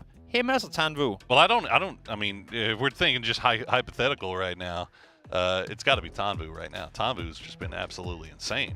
But I mean, also had the 1,000 damage game in the end. Okay, look, I love Himas as much as the next person, but let's not pretend like that one game is going to be enough to just disregard the entire rest of the group stages. Latsam is out here to learn from the best. I mean, you have a world champ. Oh, we're actually getting some leaks here. They're showing him what? It's replay footage. Okay, we're looking back at the VODs of tournaments past. What is Type up to? Who knows? That is a good question. Just being happy. He knows. He is being happy, it seems, as Nick C still roaming around. He's not been selected to play, it looks like. He's just casually roaming around. Well, that's the other thing, is that they're not sticking with their duos that were assigned going into this. They're going to be going as their own org team. Effectively, yes. So yeah, so like for example, Ming, he's going to be trading off games with his teammate that's in here as well. That is Non. So you know, they just basically had to pick amongst themselves, right? So yeah. So, you know, Batu will get one game, and then the next game will have to go over to Example. So yeah, that's how it's going to be. That's how it's got to be. Correxy, you know what? The fact that they're sitting actually getting warmed up now, Correxy looking as serious as ever, it's a good sign. Same thing happening here. Douchey getting warmed up. Best of luck, chilling a bit. Hello, best of luck. How are you doing? He looks very pleased. He doesn't seem too thrilled. Very pleased. Glasses being adjusted for Snakers. Headset on. Active game moding engages. Yeah, I mean, you know what? I'm starting to see that, okay, we're actually about to do this on these phases. Looks like they're getting starting to get into it here. So you see, looks like Rello's going to get the Game 1 nod, and Roth will be right behind him supporting as Fex and Michael, no longer teammates now, bitter rivals on the field of solos, the frozen field of solos. Yeah. I mean, at this point, everybody already had their setups all done, so, you know, you're going to end up sitting directly next to an opponent, it looks like. That is true. We were talking about headphones are going in. We were talking about screen peeking before. Imagine now it's going to be even better. We are getting word that we are just moments away from getting into this, so let's hope that sticks true. that we will, in fact, be seeing this. Because as you're saying, you sat next to an opponent. Is there a little peripheral vision usage? You know, those screens, they are, unless you're directly in front of them, they're kind of hard to see. So hopefully that won't be the case. And even if it is, who cares? Exactly. Oh, we're getting the classic zoom out of the camera. Does it mean? I love it. I think it might mean that we are, in fact, headed to the snowy Erangel for the first time in PUBG esports history. Oh, boy. If you guys stuck around, thank you so much, first of all. And second of all, enjoy, because we've got the snowy, iced-out plane already crossing in, and you already get to see a couple of unique features just on the overhead of the map here, Toby. Yeah, we get the ice passage making for a third bridge across the Sosnovka down on the southern side there. As you can see, the rivers up between Yasnaya and Georgipol also frozen in multiple areas. And then, yeah, I mean, according to what we saw in the trailer, there should be some pretty big impact hits with where the satellites have come down, both on the melee bridges and elsewhere. Going to be interesting to see how this one plays out now. It's also going to be interesting to see how we're going to keep track of all this, Toby, because they are all the same color. Impossible. And they at least have their team tags, so that might help. As we do see some long droppers here. Do we have any, just right off the bat, solo hot drops now? Again, keep in mind, there's money on the line in this, guys. So they're not going to probably be too fast and loose. Xiaobai and Xiaopian are both landing Pachinki, it seems, as Batulin stretching school as well. I'm wondering if these players are opting to go back to where they land and loot during like actual competitive tournaments, or if they're kind of just going on the fly as we look to be going melee. First kill come through already, Sparking down and out. Tried to go for the long drop, tried to go for the vehicle, and unfortunately for him, Sozid was ready and waiting. Only 33 I was damage. gonna say, how did you kill him with 33 damage done? Yeah, I wonder if he maybe tripped up. But there you go. You get to see Spaceman running across these open fields, and a little bit of snow in there as we're already rocking. Everybody, I know this was one thing they were very excited about. They were ready to rock the Balenciagas. Yep. As you see Spaceman. Give him a chance, Shin. He's giving him a little chance there. He was kind of locked in. Did he actually not see him, or did he give him a chance? He might have given him a chance. Also, should be mentioned, we are playing in third-person perspective. If you were wondering, it is TPP. Just in case you weren't aware. And now Shin is maybe just testing the 2x. Yeah, just looking off in the distance, seeing what he can see. Tackleton driving. Just off to, it's going to be impossible to tell where these guys are on the maps, guys. They are all. Oh, there we go. Hey, it's icy. Oh, but it's not completely icy, and Sozid is going to go ahead and lose a UAS for his trouble, but he is going to find some of that wreckage that we were talking about earlier. Now, Salute going to spot out Maru from Petrichor Road. I'm not sure who that is. Is that Ming Ming? That's not Ming Ming. They turned off the light, so I cannot see my piece of paper. Is it Maru? Yeah, it's Ming Ming. Okay. It is Ming Ming versus Salute. We got our work cut out for us today, chat. We got to figure out what their live server names are, and fortunately we do have a list, but it's a list of a lot of players. As Tanbu is going to get spotted out by Corexi. Wow. Nice shots from him. We'll take down Mr. Tan Uwu. See if Ming Ming can get this one in. Just one bullet to the dome should get the better of him, and I think with the sound of both these going off there, Salute is going to think better of it and to back off. Trying to see who number 12 is. Okay, it's Salute. Yeah, he got behind a nice wall to work with as Maru, or Ming Ming rather. We'll just continue to stick and move, bob and weave, and now Haizaki joining the fun. Yeah, getting kind of sneaking in there from that northern side. You can just see it on your mini-map. I will say I'm surprised. I thought the whole thing was going to be covered in snow immediately. There isn't a lot of snow, at least with where we are right now. But you were alluding to it earlier as well, that when you use your blue zone, something might happen. Well, also, I think the map changes as the game goes on, get further in the game. So we'll keep an eye on it. We'll see. Again, we're learning as you guys do. We are exactly right. We are learning, as well as Corexi is setting up a bridge camp with a bait Porsche to work with. He's going all the way up to the tippity top to sit up here and see if he can get something with it. I'll look down Aska, and yeah, that's gonna be that's Jacob. So wait. Wait. Are we teaming? Wait. What is happening? Guys, no. it's solos. How are they in the same lobby? Are they sat next to each other? Can we get a referee over there to check that one out? Best of luck in the meantime. We'll waste no time. Go on his bicycle, wrap his way up over the mountain, over towards the west coast, and down towards Prim, where he hopefully will find a vehicle. Issue is, there might be people waiting for him. Salute. Had a Panzer ready. As we now see Corexi go for attempt number 2. I love this from Corexi. Attempt number 2. Oh, maybe not. Third time's a charm. Not this time. Give it another shot. Gotta double check. Are there anybody here? Is he gonna commit to it a third time? Make sure you scare him away. For sure. Car is also right there, Get correct. to see that Porsche in action. Ooh, that's pretty. That's kind of cool.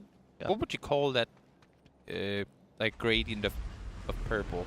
It's like a lavender, maybe? Lavender? Yeah, that's not a bad shout. I'm not sure what it is in game. I never unlocked that screen, unfortunately. Aww. But let's see.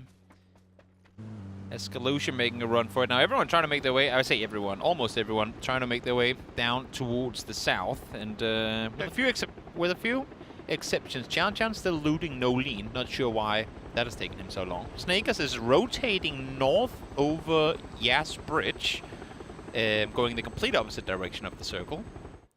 And yeah, that's where we have it. Here we have some snow. Okay, so hey. Further towards the south, it got a little extra snowy. Military got blessed. And we also, as you can see here, it's not just a straight crossing. Especially if you come in a vehicle, there's a lot of chances for you to boop that vehicle off into the water. Sure is. I mean, look, the fact that the crossing is there is pretty cool. There we go. That's camouflage car. That's the green one. I've got that one. Camouflage. Pretty. I like it. Yeah. But yeah. I mean, like you said, you can make your way across that that kind of land bridge, so to speak. And there, and here we go. That's the satellite. These satellites have dropped all over the map, and inside they contain some precious. Oh! You thought it. You thought you had the free fire, and Izaki just popping up and Salute getting sent back to the lobby. Is he gonna do tricks when it? Oh, we skipped. It's the one where you can do all these cool mid-air tricks when you. Yeah. It's a little easier to see what you're doing when you're doing that in TPP. A little bit. For him, unfortunately, we weren't gonna know. And what we just saw there is a perfect example of the danger of playing solos. Go for a fight, stand still for a sec, and you might get shot in the back. No idea. What is Corexi up to? Trying to zip line top of the tower. He's playing his own little mini game here. Yes, trying to get all the way up to the top of the tower. It's 4 a.m. They've got Shen. There's 2 of them in a glider. What are we doing here? They are actually 2 in that glider, aren't they? Suspicious. Huh. There you go. Who would have thought? Nice trickery from Corexi. Jumps on up, flies on forward, and misses again. Like, yes, that does in fact work. Oh wait, he spotted out a parachute too. Did see one. Yeah, I think that was who was that? Was that Star? That is Rossiter Jr. Rossiter, okay. Flying across that northern side. All right. Well, Tickleton has managed to make his way into the military base, into the shelter. Corexi just going to be king of the mountain for as long as he can here. But will he be king of the hill? That's the big question. At the end of the day, that is the question. Is Rossiter just taking some time, doing a long drop down, getting to take in the sights. Rossiter came to explore. He wanted to explore. Now he has a perfect chance from way up high to look around. Spaceman and Shen. Spaceman and Shen. Well, I know who's not getting the Friendship Award. Yeah. Yeah. Spaceman and Shen. Also could be fun if one just pans the other. Doink. And then continues moving forward as Haisagi. He's found an opponent. We have Ming Ming coming in close here as well, so 3 solos getting very, very near one another. Oh, that is bold from Exquilisa getting up on the high ground. He's going to get Haisagi low. He's going to win the 1v1. And Maru, or Ming Ming rather, is going to go ahead and finish him off immediately. So right place, right time there for Mr. Ming Ming. Yep, able to get himself another point. We obviously do not have a leaderboard, at least not right now, as Shen continuing try and see if we can hit anything with the bolt. Not that easy when you're in a glider now. Swaps over to the AR, not able to get him there either. All right, I do not condone teaming whatsoever, but I really want to see him hit that bolty from the glider. That could have been kind of cool. That would have been kind of nasty. Circle 2 has popped. It has. We're going off to the west. Well, what's it look like out in the zone, you ask? Let's take a look at Snakers as you see the outside rim of that vision is getting a little bit frosty. Frosty. Yeah, we are getting closer and closer to Christmas and all the festivities that includes, so a little frosty. Never hurt nobody. As best of luck, able to take out Diffix. We are now down to 24 players. We are indeed, and now make it 23 as Rello is going to find Zakraken hovering around in that military base area. He's kind of the only one that's in military base proper right now. Sosa about the closest, and he's off in the distance at the captain's house. But look at this, in the blue zone, you see the snow is falling. It's starting to collect on the ground a little bit more here. Why don't we have that on the whole map, though? That might just be me asking big questions, but wouldn't that look kind of cool with the snow on the whole map? Yeah, why not? Looks yeah, cool. I do like it. It gives a nice little wintry vibe. Feel. Yeah, well, you see a lot of players opting to just kind of hang out in the blue, come in a little bit later as the Corexy. Yeah, now that we're later in the game, Corexy, the snow is falling on his high ground position. Oh, nice. Yeah, so we'll see. We'll see if this keeps transitioning as we get later in the game. But you can already tell the difference between what it was at the beginning of the game and what it is now. And Corexy is from Finland. Keep that in mind. He's used to he's around in his snow. natural habitat. Exactly. Uh-oh. Minus degrees outside. Yes, I will walk around outside in shorts and a t-shirt. That's the Finnish way. Ming Ming has already got one kill for himself, and looking for number 2 is Sosa is going to find the angle, so he might want to move around. Now, Xiaopian going to make his way through, but Type doing a little bit of a casual camp on the coastline. Xiaopian doing a little dancing, swapping in the seats, and he's staying alive for the time being. Yeah, I'm able to do so. Type having to reposition his vehicle. He's now realizing, wait, there's more people coming in. It's Tosi grabbing around that western side. Are they sat next to each other, Type and Tosi? Oh, you see a lot of bolties. Oh, okay. Well, that's one good thing about getting to play solos, Toby, is you're going to see a lot more bolties in action. True. As we've seen already, that one shot, one kill coming in big time clutch here. Is Best of Luck going to spot out, I think that's Space, who is that? Space Marine. That's Space Marine that's is Fex. That's Fex. Fex, Okay. the Space Marine. There he is. Making his way across the bridge, able to do so without any real competition because there ain't anyone holding, at least on the southern side of it, and Best of Luck wasn't quite in position to do a whole lot when he came around. Oh, Corexy sliding around. Those tires ain't got spikes on him, so making it a little more difficult to drive. I thought you said he was from Finland. But there he has spiked tires. Oh, okay. Yeah. Well, there you go. You get to see a little bit of an example of what the scope looking like, too. This is the frosty action going on the outside here is Corexy finding it a little bit more difficult to make his way through transition as the snow is starting to settle over here on this bridge. He's been hanging out here for a while, waiting for somebody to come through. Just nobody come through just yet. Beamy teaching him how to play in the blue. Good thing that you have him as a teammate on your day-to-day as Fex now driving across here. He's going to run into Rello real soon with the additional R's added for extra rage, I guess. It looks like, I'm not sure if it was Fex, but Rello definitely took some damage there. As Batu, of course it would. Of course it's going to be Batu finding that BRDM. Now we didn't even consider that.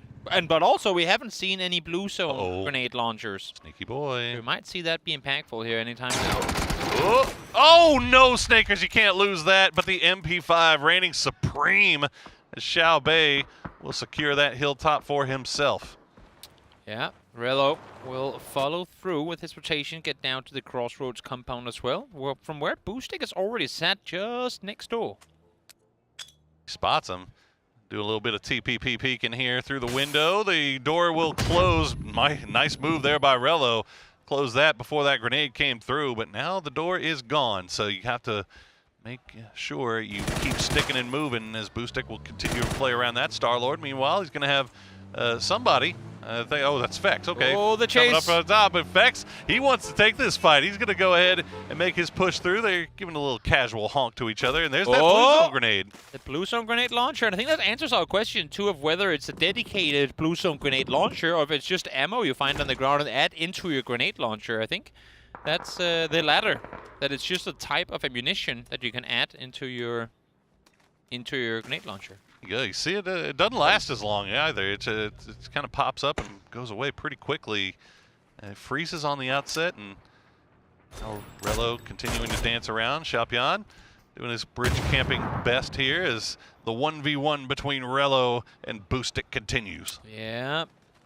Yeah, I think Varela right now being the one inside the building, kind of hoping that someone else would have engaged from outside. But now Boostic has made his way in as well.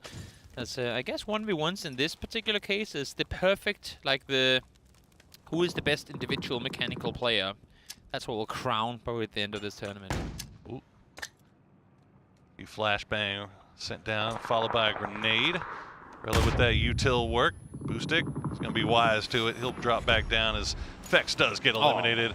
As that's going to be another kill picked up there by Ming Ming. He seems to be pretty active here. Let's see if you can find more with it. Boostic going to wrap the corner. Goes into first-person perspective. Spots him around the side. Oh! Able to get him down as well. I think he actually got hit by his own molly for a second there. Ooh, Might have. There you have him. Ah, there goes Ming Ming. Sosid going to pick up another kill for himself as well as the circle continues to collapse on this northwestern side of the island. Still quite a few players out in the blue, but Tulin's doing his level best to do a little running around here, but Tozy, he's got the happy feet. Seems like he does.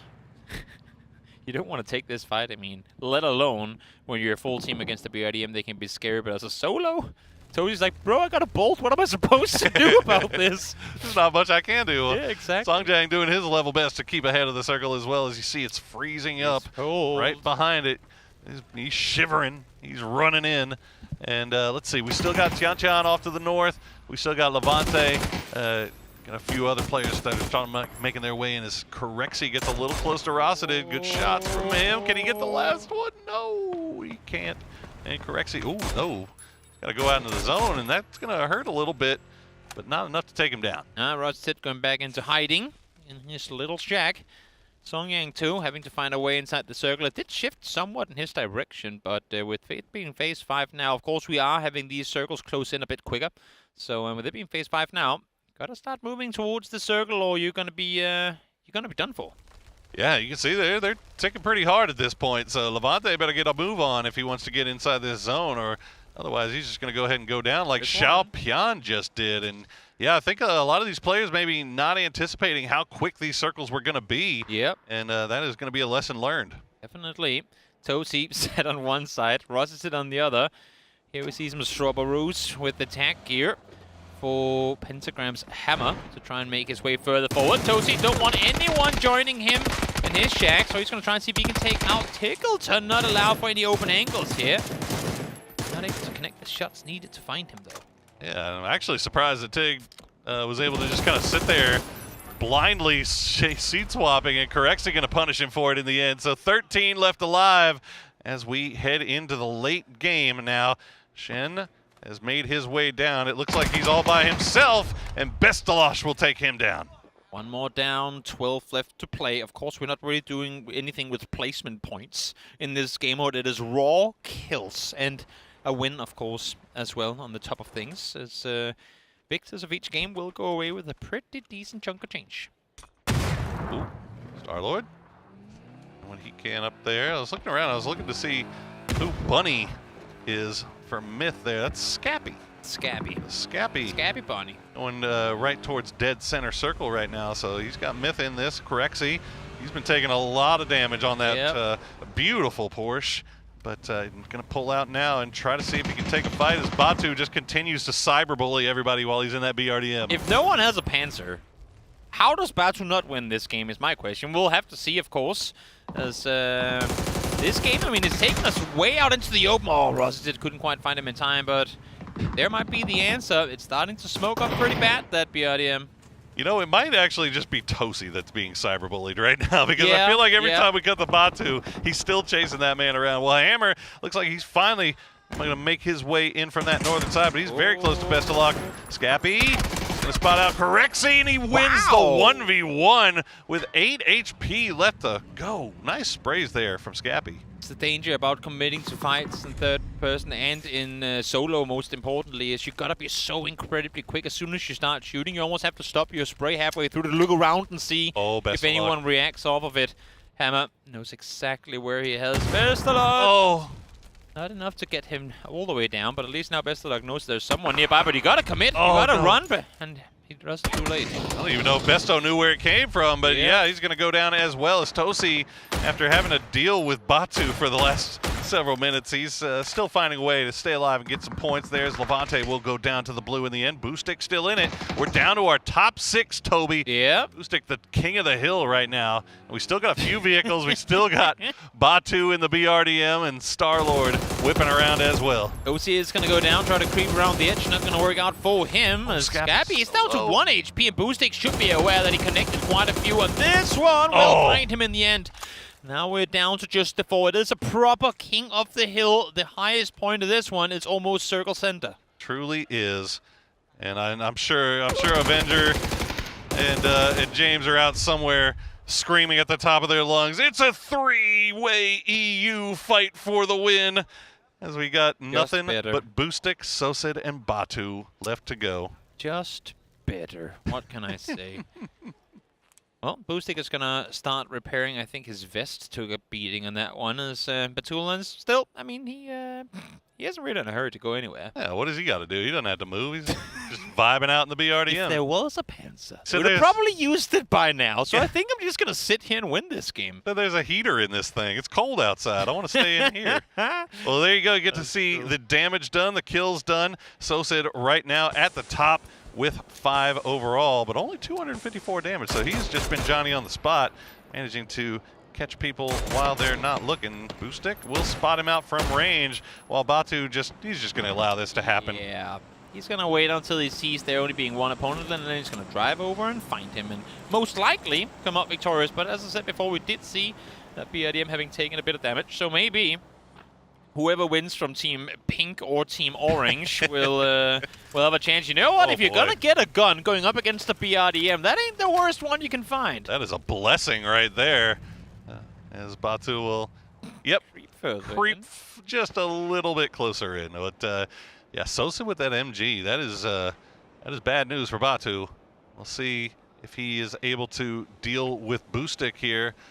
Boostic's been pretty dominant on the top of this hill. The smokes are starting to go away too, so Sosa has to be careful about this. Yeah, but you can see Boostic with a high ground advantage there. Can look over the back edge of the smokes. Ooh. Better angle for him. Goes behind the tree now. Force makes recover. Spot Sosa takes him down and out. Though we give Batulin's level 3 gear. We might as well, because he knows exactly where the shots came in from. So hop on over quickly. Grab your level 3 gear. Oh, get a Grocer as well. And jump on in to your BRDM. And Boostic not going to swap on over. Quick reloads are needed here, though. Oh, Batu will finally hop on out of the vehicle as he's got that Groza. He's feeling pretty good about things, but 499 damage for Boostic. He has put forth a stellar effort for himself as we see the blue zone grenades coming through. They're just not going to find their home. BRDM will finally be taken out. Special is spotted and taken out as well. There, he says, frustration on his face. He knew he had it, the Groza, the level 3 gear, and the BRDM, but it was not enough to take out Boostic. Boostic reigning supreme there, and boy, a bunch of damage to go along with it as well. As we got to finally see a little bit of what this map can deliver. As yeah, you know he's gonna go find him. He's gonna go good sportsmanship, shake his hands. I think he might. I think he just might. You can see the rest of them. That's all the eliminated people. We don't talk to them. They're all pushed in the corner, going, "Nah, you can wait your turn." Well, we are getting to see a swap up though. True. As, all the guys that played in game number 1, they'll have to sit this one out, and they'll pull in their teammates for game number 2. That's exactly what it's going to be like. I'm not sure if we're thrown to a desk because, well, the desk is are us. The desk. So, desk, back over to you. And here we are. Yeah, so I think it's some highlights. I think we're talking. Yeah. Well, yeah, you get to see some of the highlights here from Corexy early on covering that bridge. But really, I mean, the exciting thing that we got to focus on here is look how green the map is. It looks like normal Erangel, just like any other Erangel map at the beginning. But as the game progresses, as the time goes on, you see the snow starting to fall. You see the snow building up around in different places of the map, kind of changing the way the entire map of Erangel looks. Can I say something Oh, wait, you know what? I think we actually have an interview ready. It's coming up in a minute. In a minute. Okay, you know what? I want to say something contradicting. You know, now it's in 10 seconds. We're going to an interview. See you in a moment.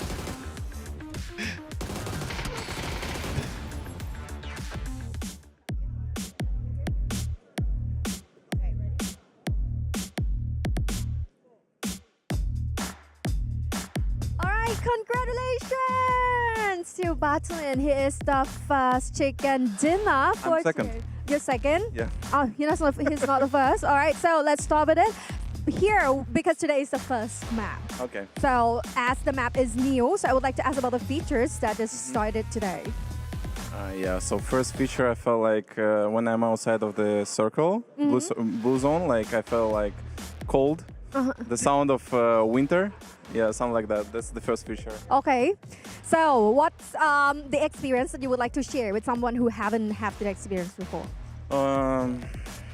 Wear the coat, sweater or something like Yeah, weather is cold.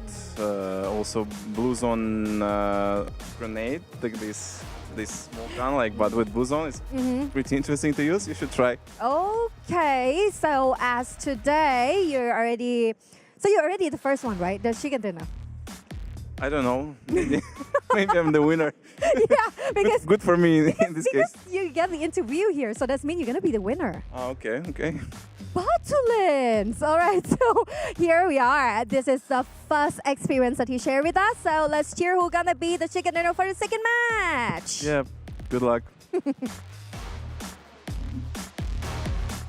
What an interview with our not winner Battlelands, but nonetheless great to hear from the legend once more as we continue this show match. I'm excited to see the next group of players come in here and get to see a little bit more of the map. We got to see some of the good features of it this time. Yeah. We got to see that crossing of the river into the military island. I think the fact that it was on a military island circle to start off with kind of allowed us to see some of the changes that were done on that military base in particular. True. And to continue the point that I never got to make off of when we went into that interview, as much as I never liked the snowstorms or the blizzards on Vikendi in competitive, for this theming, for this particular game mode, I'm like, give me a freaking tornado filled up with snow and just throw them out there. And have the players be, now that you can parachute at any time, jumping off something, have the players be yoinked into the air and come flying back down. I'm all for it. Of course, it's not going to be done for today because, well, the devs are quick. It's not going to be that fast. Get on it. Get on it. You got polar bears. You got 3 more games left. Polar bears, let's tornadoes, get those in there. snowstorms. Bring them all in. Of course. For today exclusively. Why not? Well, I'm pretty sure Boostic won game 1. Not 100% sure on that, but Battlelands said he got second. So no, it was a great game. It was a great final at the end there. Now the BRDM play a little scuzzy. Spaceman and Shen doing a little bit of duoing there. We'll have to keep a close eye on them. They're not getting wag MVP. our fingers. Not getting MVP. Definitely not getting that MVP. Not our votes. Anyway. Not from us. No. We stand rules over here, but. I'm waiting. Hopefully, we get everybody into this game and we'll get this lobby going here quickly and show you guys another round here on this snowy New Erangel. It's going to be a good time, no doubt about it. I mean, it's... I'm trying to think whether there are any other areas now, because it was primarily, if not near exclusively, focused in on Military Island. I didn't get a chance to look at the map enough to see if there was anywhere else in the map where like big changes had been done, similar to the ice pathing we have down towards the south. There was out in the fields on the southern side of Gatka a big chunk of snow and ice there as well. So maybe they have added an area into that map. And also, I mean, as we normally see when there are these event modes on maps, parts of them, not always all, because I don't think Erangel is going to stay snow forever, but parts of that structure tends to stay in. So there are those areas around Gatka that have kind of become dull, I feel like, over time. If they now get, just a couple of containers, a bit of trench here and there, maybe making snow drifts, making a little fun area, making a little bit more dippy around that. But I know also that Stalber, I think, has seen or not Stalber. Stalber. Stalber, I think, has got some changes on it as well. Got there in the end. And then one of the bridges, I know we saw Corexi kind of playing around on the bridges, but one of the bridges I know supposedly has gotten hit by a satellite, and there's a big chunk of it missing. Now, I didn't see it really in that first game, so I'm hoping that maybe we get to see it in the second game. So that means that must be then the Milta Bridge, right? Because Corexi was all over the Western Bridge, and there wasn't a whole lot going on there. Yeah. So we would imagine that's the case, but as we said coming into the show, we know we've seen as much now of this map in snowy conditions that you guys have. So we are with you on that one. Yeah, just waiting for the players to get ready. We can actually, I don't even have to look over my shoulder. I can just look into our PGM. Oh.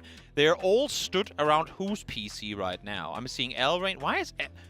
Does Navi really need a coach for solo games? What are they doing here? Oh, they're doing interviews. Fair enough. Fair enough. It's a Hikatory interview. Yeah. You gotta have your social media present in these type moments. There's the players still walking around, getting ready for match 2, and I'm curious to see who's gonna field the lobby. Because again, you're only allowed to play twice. So are they gonna stick with the same guy? Maybe for Boostic, he just won. Does he want to stay and play one more? Stay with the hot hand. Miss out the last 2. Or do they swap him? That's a good question. These are the decisions that you need a coach like Alrain there. That's why to help you make. Of course, yes. But sense. yeah, while we're waiting on this, what'd you think about the blue zone? How it in this mode where the snow starts coming down and your outside of your screen gets frozen and your scopes get frozen. It kind of makes it a little bit more difficult. I mean, we saw a couple of players having a little bit more difficulty trying to kind of fight teams that were already inside the zone, and then that wall from the blue zone looks a little bit more difficult to see through. Maybe the vision. I mean, around the edge of the scope, while it does get a bit frosty, I don't think that's gonna have the biggest impact. But if it actually goes in and grits up the kind of the main view itself, of course, that's gonna be a pretty big deal. And then it goes back to, I remember way back in the day, we had the whole debate of should it be easier being out in the blue looking in than spotting a player outside blue. They made some gradient changes to the way the blue looked, both outside looking in and inside looking out. Maybe if there's a factor in that it's harder to look into the circle, but you're kind of rewarded for being inside circle looking out. If that's a factor as well, of course, that's going to be a pretty big deal. But outside of that... and then I also wonder if it's because we saw like how the changes kind of go progressively as the game goes on, right? So like later circles, obviously a little bit more snowy, a little bit more damage is getting done, and a little bit more of those changes coming through. So I don't know. Maybe coming in C1 is a little bit easier than trying to make your way in say C5. We did see Corexy spinning his vehicle out quite a bit. I'm wondering if that was if the snow actually once we hit that phase of the game where obviously there's now snow on the ground and it starts to snow all around. I think that happened post phase 2, if my short-term memory serves me correct. But obviously, if it does, and it means that it's like driving cars around on Vikendi where the snowmobile will just go straight through and the cars will go, whoa. Yeah, well, that's the if that's a factor, which it seemed like it was then, I'm not sure if it was, but if it was, then obviously that's a pretty big deal. Yeah, that's the other. I don't know if that was like something that maybe he was doing himself. We came in the middle of his... like if he was doing the little wiggle thing to see if maybe... he was testing the traction. Exactly, like he's testing the traction to see if it goes, or if that was just how the traction was working out in the end. So we'll see. But look at this. We are, in fact, going to get a interview with our Game 1 winner, Mr. Boostic.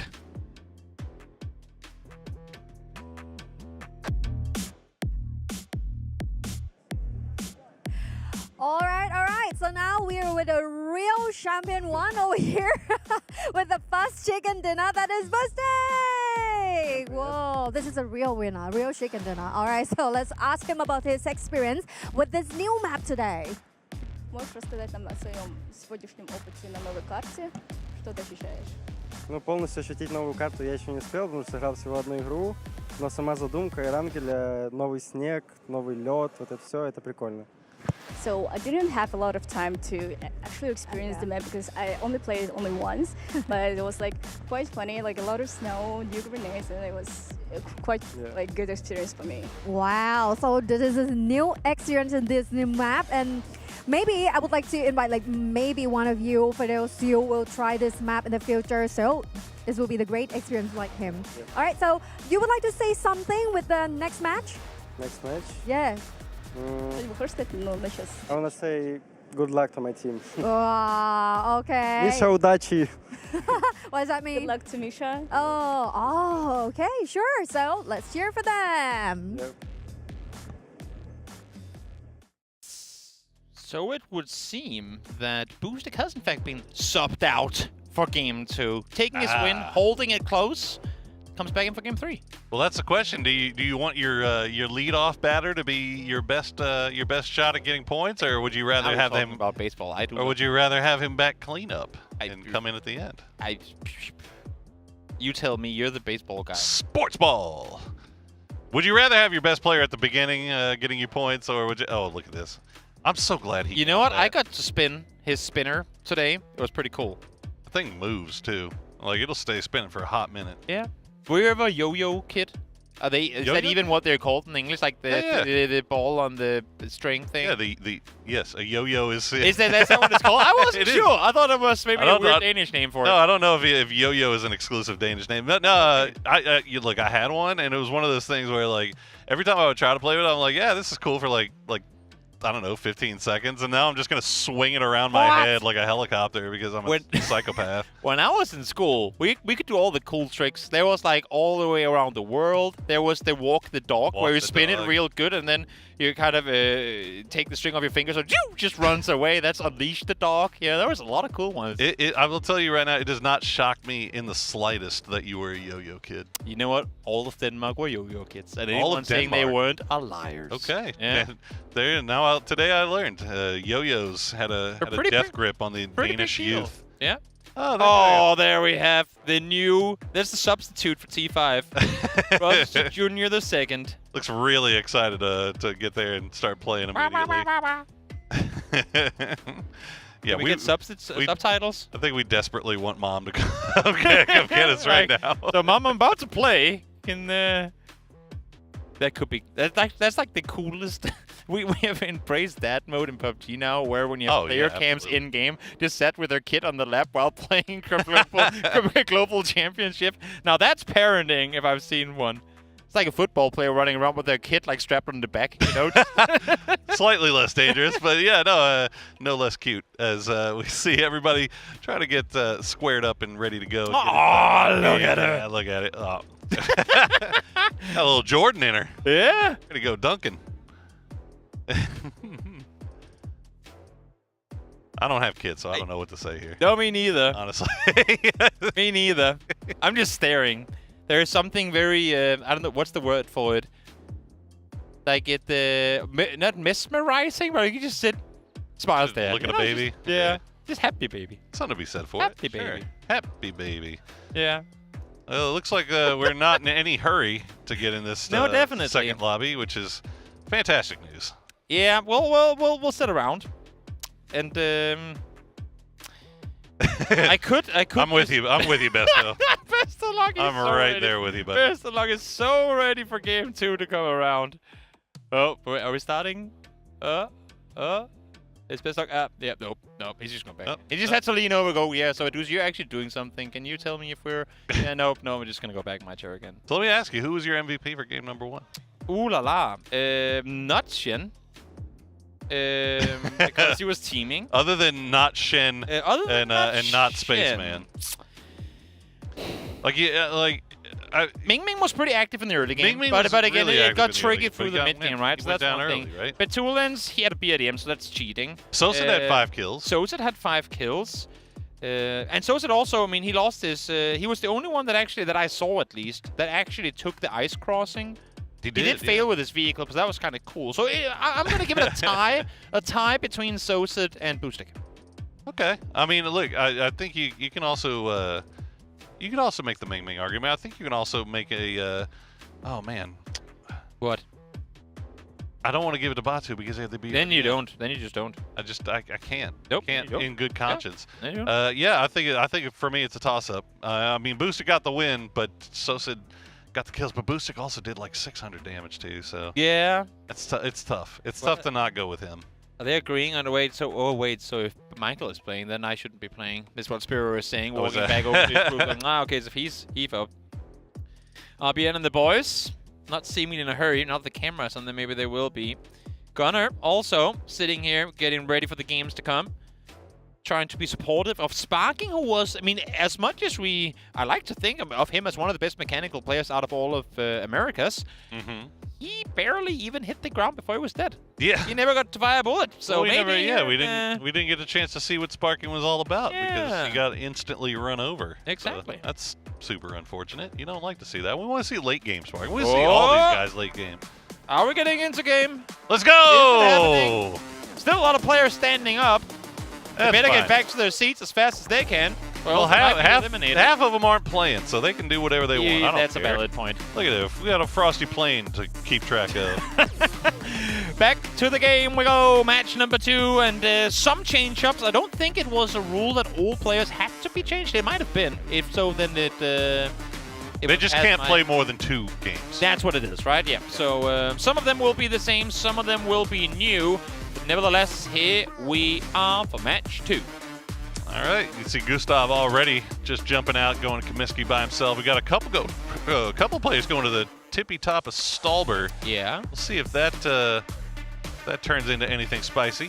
And if anyone was ever confused, he is Gustav in real life. Just Gustav IRL. just in case you were wondering. Not the fake Gustav. It's for his hiking streams. He never got to start, but he had to make sure he had the nickname. The IRL strain. Yeah, you want to lock that down early. You don't want anybody stealing that away from you.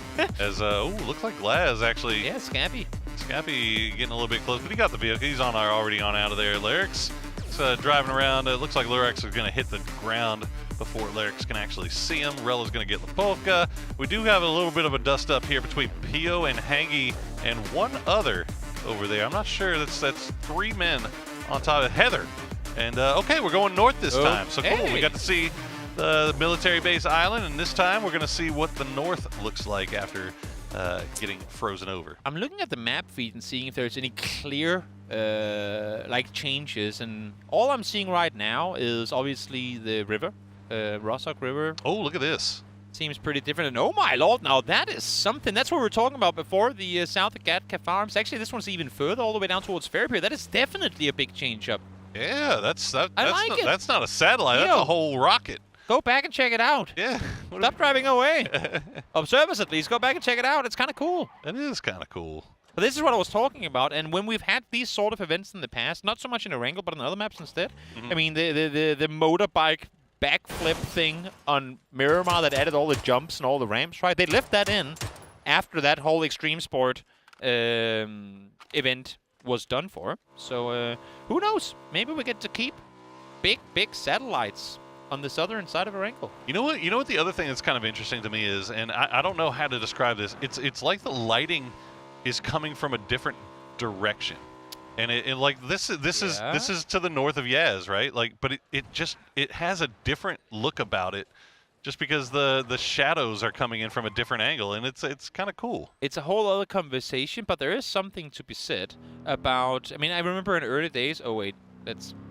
If I hold my thought every time 2 players are close to each other, we're never gonna talk about anything. That's fair. But there was in the beginning of PUBG, they experimented with, like foggy rain weather. There was rain as a whole. There was just overcast. And I mean, we had both sun up, like sunrise and sunset and all that. A lot of different types of day you could play. And a lot of it's still in play, of course. Never liked sunset. No, I was never. I mean, and everyone really were hating on the foggy weather, too, because it was so difficult to play. People just crossbow abusing, like a crossbow and VSS abusing the foggy weather. But I really loved overcast. Yeah, there was overcast something about like it was as if all the details got a little bit sharper with the way the lighting were, and I thought back in the days, and honestly I still kind of do, that it could be kind of cool if the weather could be just overcast. We're not talking about the rain and like all the other really big impactful things, but just for the sake of micro variety in a factor that doesn't matter too much. Just going into rain, going, oh look, today it's overcast, or smaller things. I love the bat wings on the back of the seat of that. Is he gonna hit that bridge and keep going? Is he speed running? Yo, this? My oh my. December 12th, dropping knowledge on the kids. December 900 IQ, and then he flips it and dies. No. Well, look, I already got to see the cool thing. I don't care about anything else at this point. No, it's actually kind of cool. Not gonna lie. All right, who is this? I gotta look at my master sheet. Who is here. 5151? Yeah, 5151. I gotta look. Oh, it's Bean. Bean. Okay, that's Bean. Yep, that's how you spell Bean in Korean. I guess. In case you didn't know. Sure. Fantastico is our player number 17, and he has found himself close to him as way up on the northern coast. See, look at the little bat wings on the back of the seat. It's for extra... yeah, get a little power like aerodynamics. Yeah. He can turn on, what is it called? DSR. Yes. Oh yeah. Like I know what you mean. the wing flap just for the extra speed boost. Is that what it's called? DSR? Not I don't DSR. It's yeah. something. DRS. Something. It's DRS. There you go. go. I was close enough for someone that doesn't really watch Formula One. Oh boy, yeah. I've been locked in all year, and it's about to get really crazy. Oh yeah, almost no, over I know. though. I've had to tune in now because it's getting so close. Almost over. So, hey, one more. Make sure you watch F1 too, guys. It's fun. Hey, and cheer for Lando. Lando came in and watched PUBG while we were in at EWC. You say watch Lando Norris. For those of you guys who don't know, very, very famous Formula One driver. It's actually an avid PUBG player. Yeah. Has played it for a long time. I've seen him stream the game during COVID in particular, where obviously the racers couldn't really go out and race. He was playing PUBG, like streaming PUBG very often. You can still go in on his YouTube, his Twitch channel and find his VODs. There's still videos of him playing PUBG in there. Zera getting baited there by who's Sovereign. Let's see if we can find Sovereign on our little kill list here. I'm trying to figure out who he is. That's Nixie. Okay. Exactly. And there you go. Himas going to take down Hangi, but Nixie will survive just a little bit longer as Gizera is just getting baited by ridge lines here. And oh, that's a Nixie with a bolty. That is terrifying.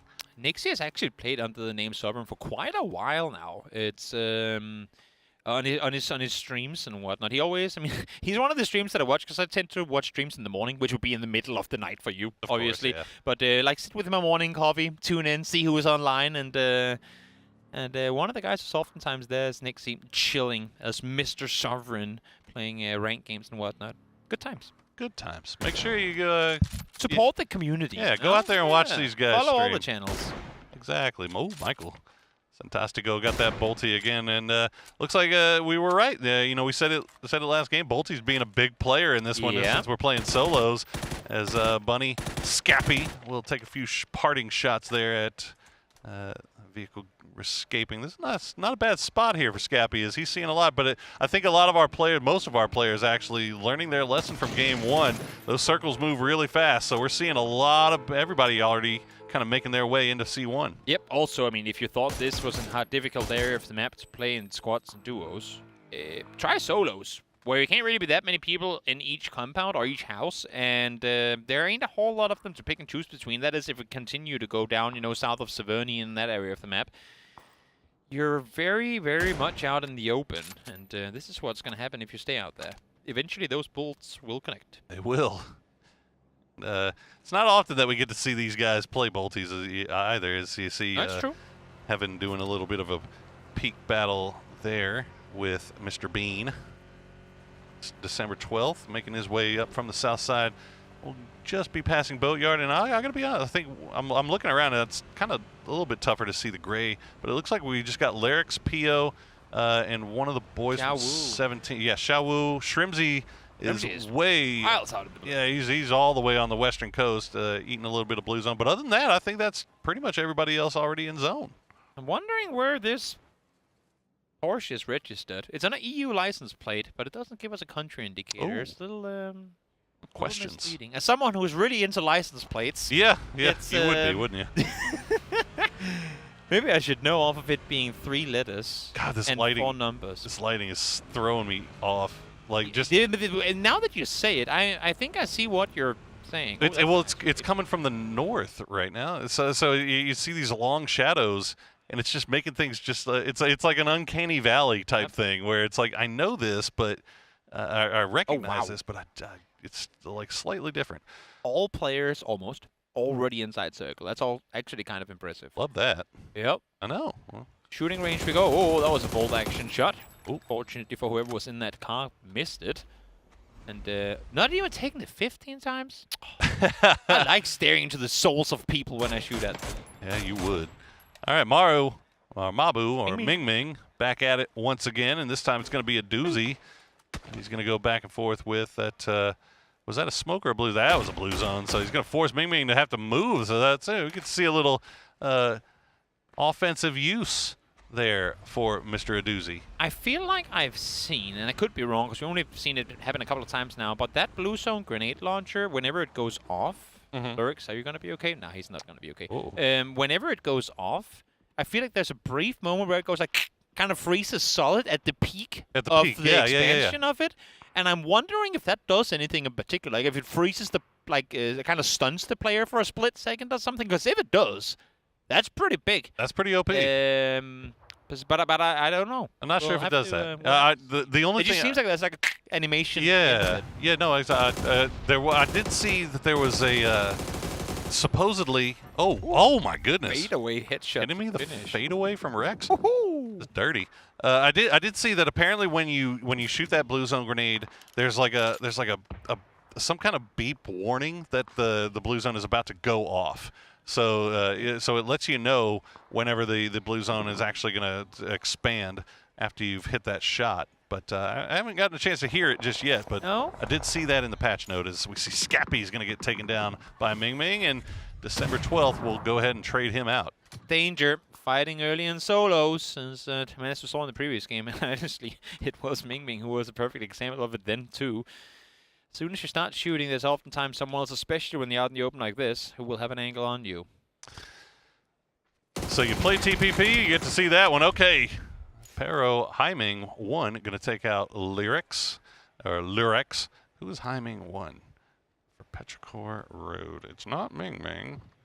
So who could it possibly be as we get to see what TPP is going to look like there? Haiming 1. I'm just leaving you on the mic for this. I don't know. I don't know your know. research. I can't figure out who it is. Hey, Michael. Yeah, this is just letting you know what he thinks about this peak battle as the blue zone grenade will come through and will force him to move the double blue zone grenade there from Rello. As Rello will use this opportunity to creep a little bit closer, get that Panzerfaust out, see if he can catch him slipping. Michael is dancing around. Whoa, he gets him super low, and now you got to push off of that, right? Yeah, there you go. Rello will take him down in the end, and Michael can enjoy his tea from the lobby. Haiming 1 is Ming. Not Ming Ming, but Ming Just from Ming. Game Start Win. There you go. Why does he have a parry tag? I don't know. That is the least confusing thing about what we're watching today, Poro. So don't That's even true. begin to question. That's true. Look, I'm always left with more questions than answers as we see Mr. Nixie just going into the wrong place at the wrong time. December 12th will be there to pick him off. As Xiao Wu now, he gets him super low. But December 12th able to escape as Rex will take down Gizera with a nicely placed grenade. Also, I think I can answer your question. I think the bracket abbreviations that we see is the clan they're in on their in-game account. So maybe Ming is just in a Petrichor fanboy account. We just saw him as being untwisted as well, you know. So cross appreciation for some of these players, or maybe I'm in the wrong, and then they just joined the wrong player slot. Could be the observer. Who can say? Well, I can't. DN Gen Pio is going to continue to make his way in after taking out December 12th. I think that might have more. They joined the wrong spot. They were doing the wrong spot in the lobby. But then lobby. who's King?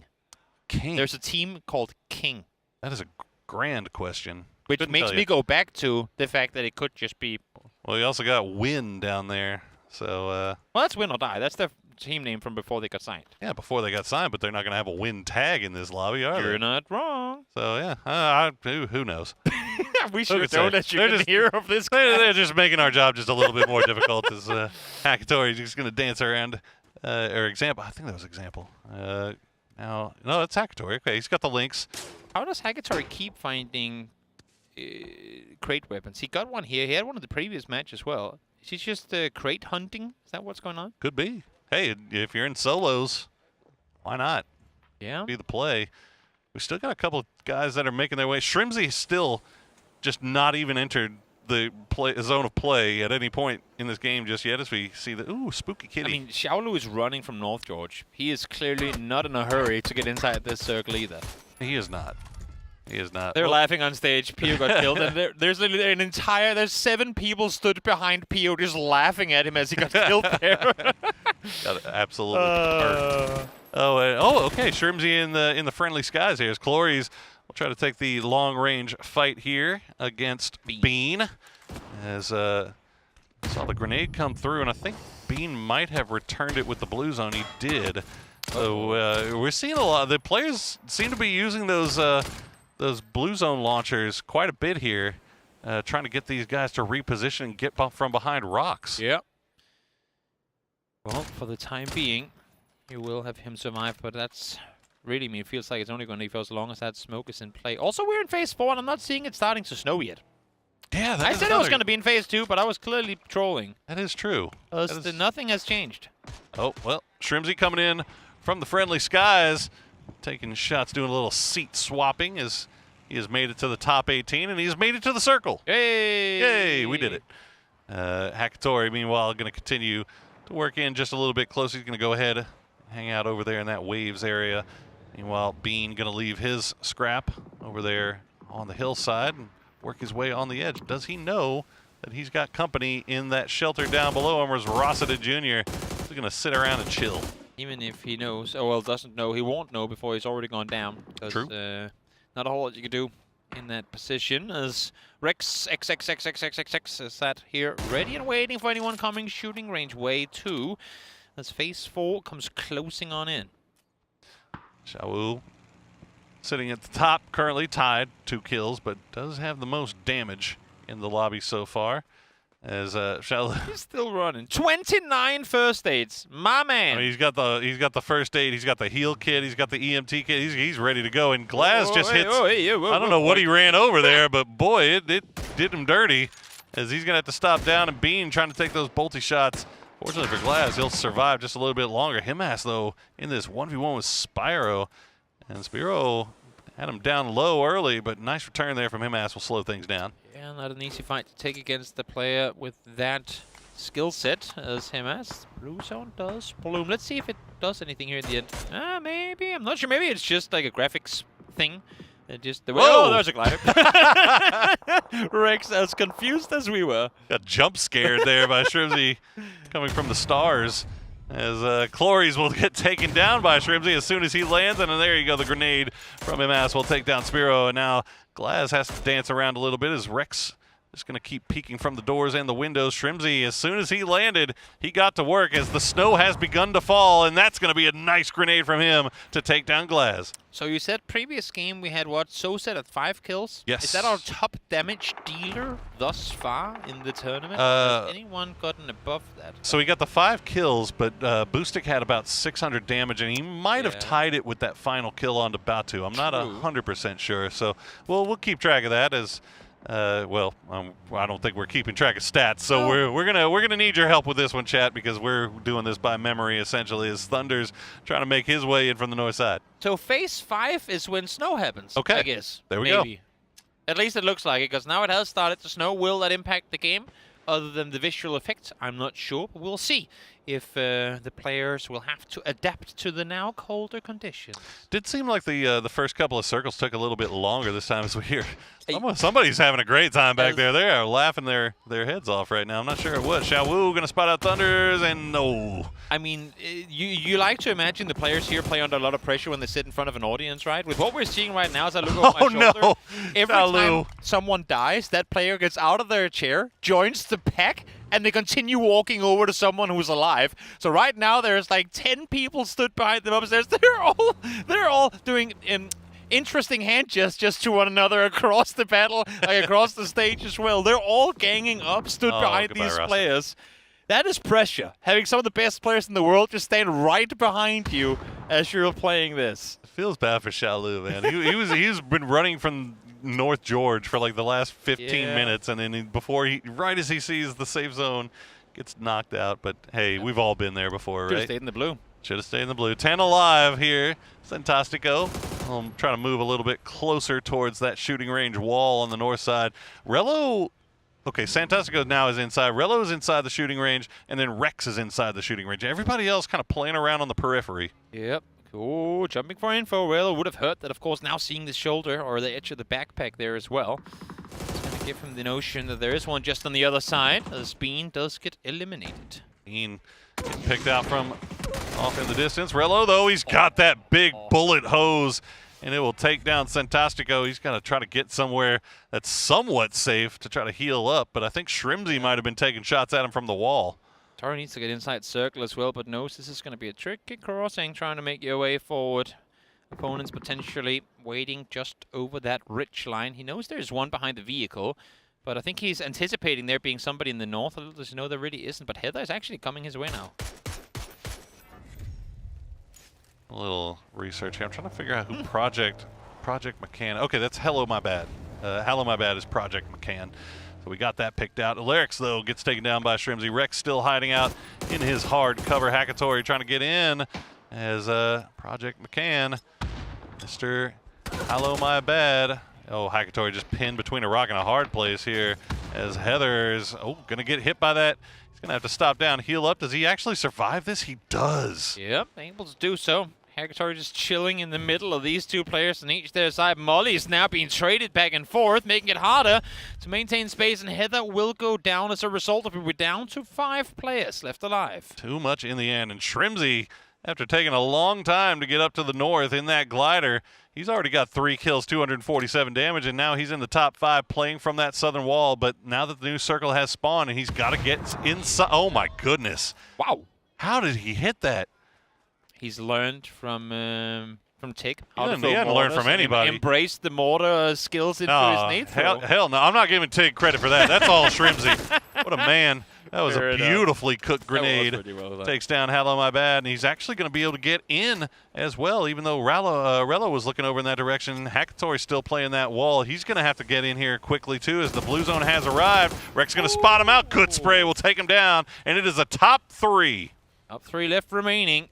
Close quarter engagement here in shooting range proper. Shrimzy, Rello, and Rex. 66% chance for Americas to come out victorious. Let's see if they can do it, or if beast of a player Rex has something to say about it. I mean, I like those odds, but Rex has been pretty disgusting, and he's got a nice little wall to work with, but he is going to have to get inside the zone. But we saw what Rello did to Michael earlier in this area, and Shrimzy, he's going to pick up the shotty. That might be the play here. He's also got the taser. There's no way. Oh, my God, that would be so hilarious. I hope he does it. It is pretty broken up close. We'll see if he opts to make use of it. Flash comes over. Rello will be flashed for a bit, but Shrimzy not opting to push with it now, though. Look, I'm telling you right now, Shrimzy, flashbangs into taser. If you taser this man, you are getting my MVP vote. Yeah, he doesn't have any more flashes, though. He might not be in position to use it. Jumps for the shotgun instead. And while this fight is going on, that's going to allow for Rex to creep ever so much closer. Yeah, both of these guys not really inside the zone. Shrimzy in a little bit more trouble, but no, Rello actually going to have to move first. So Shrimzy waiting to see. The good smoke bloom will keep him safe for a little bit longer as he's going to push in. But yeah, you mentioned it. Rex going to spot out. Oh, Rello, he gets him. But Rex in a perfect spot, but the smoke's going to keep Rello alive. Spots him, throws the nade on over. Close to Rello, but not enough to take him out.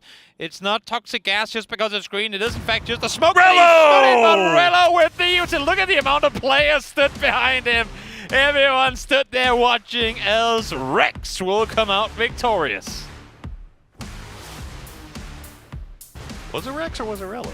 Now I'm confused. Rex threw a nade Did he in throw the a grenade face or of Rello threw a Rello. grenade? I don't know. I can't tell. Who knows? What a crazy. I mean, with the injury we had in the previous game, there's I know. no I knowing who was can't. won I the game. can't wait. I can't even wait for the interview to figure it out. Pretty certain that we did, in fact. Why did I lose my brain right there? I got brain fog. Sure. Everything's frosty and cold on Erangel, and apparently my brain is freezing up as well. But we'll give Rex the win.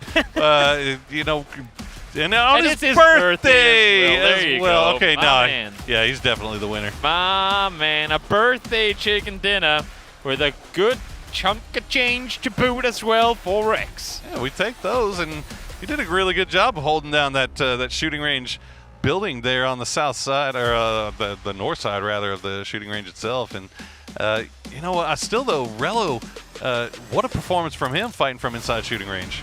Definitely. Not easy to do so either, with the perspective, with how much open terrain you have on the uphill around you. Very, very difficult to make proper use of that position, but did so with great effect. Yeah, get to see some of the secret chests that are lying around the map there on the early side, as we get to see the king of shooting range, Rello, holding court until the very, very end.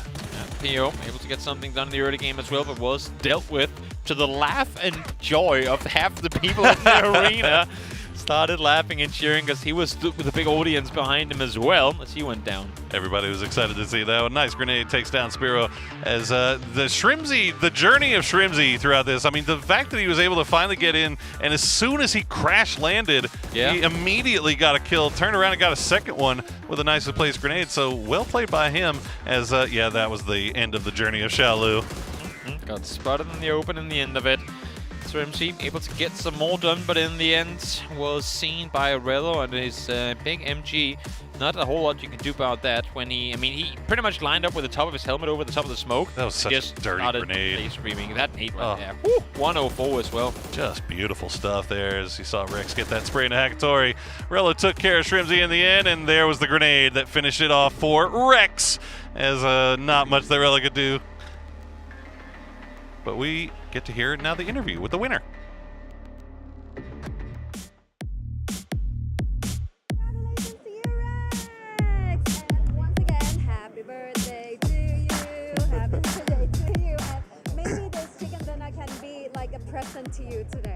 All right, so in this new map, I would like to ask you about the experience that you have. 네, 일단 생일 너무 축하드리고요. 오늘 치킨이 생일 선물이 될 수도 있겠네요. 이번에 새로운 맵 업데이트 어떻게 생각하시나요? 일단 한 판밖에 안 해봤지만 좀 색감적인 부분이나 뭐 지형 지물이나 그런 게 좀 더 좋아진 것 같아서 좀 긍정적으로 생각하고 있습니다. So far, I have just played once, but the colors in the map and the features are updated in a positive way. So I think it's a great change. So is there any features that he like or impress? 혹시 특별히 좀 인상 깊었던 지형 지물이 있을까요? 맵 서쪽에 그 밀밭 부분이 되게 뭐 비행기가 뭐 떨어진 그 부서진 그런 그 부품 잔해들에서 파밍도 할 수 있고 언패가 좀 생긴 게 긍정적으로 좀 생각하고 있는 것 같아요. In the west part of the map, I remember there was a grain. Like the field is really nice. So I think that part was. Okay. So congratulations once again, Rex, and happy birthday! Interview with Rex, our birthday boy, able to get himself a great win. For him, Mr. Rex there, able to bring it home as that concludes game number 2. Still 2 more left to play according to schedule. And once again, maybe a schwabberoo of some of the players on stage. Yep. Well, before we do that, we are going to take a quick break. Don't worry, guys. We're going to come right back, and we'll get right back into those final 2 games of the day. So don't go anywhere. We'll be right back. Hello, PUBG and PUBG Mobile fans. Thanks to your passionate, unwavering support, we've been able to grow tremendously on the battlegrounds of PUBG and PUBG Mobile. To give back to our fans, even in a small way, and to present you with a brand new experience of the #1 Battle Royale, we are bringing together PUBG and PUBG Mobile and uniting them under one stage, PUBG United, launching in 2025. PUBG United's journey begins in Siam District, Bangkok, where the tournament will be held this November. Around Siam Paragon and across the city, you'll discover PUBG experiences that you can't take your eyes off. You can also experience the PUBG United Fan Zone, where you will find booths dedicated to PUBG and PGC, as well as PUBG Mobile and PMGC. There will also be special collaboration pop-ups with global brands. A variety of PUBG-themed events and hands-on activities are waiting for fans to enjoy to the fullest, so be ready. For online fans, a special website will open, bringing together every moment of PGC and PMGC so you can enjoy PUBG United anytime, anywhere. For the first time in esports history, PUBG Global Championship and PUBG Mobile Global Championship will unite on a single stage. Starting with a grand opening ceremony on a massive scale, each day brings new and exciting moments. With that energy building up, the intense grand finals of PGC and PMGC will come together for the first time in history on one united stage. On this one-of-a-kind stage, the world's top players will battle in back-to-back grand finals, offering an experience like never before. One world, 2 champions coming together in a truly historic moment. November 24th to December 14th in Bangkok, Thailand. Come and experience PUBG United to the fullest. We will continue striving to be a PUBG and PUBG Mobile that never stops working hard for our fans. Thank you.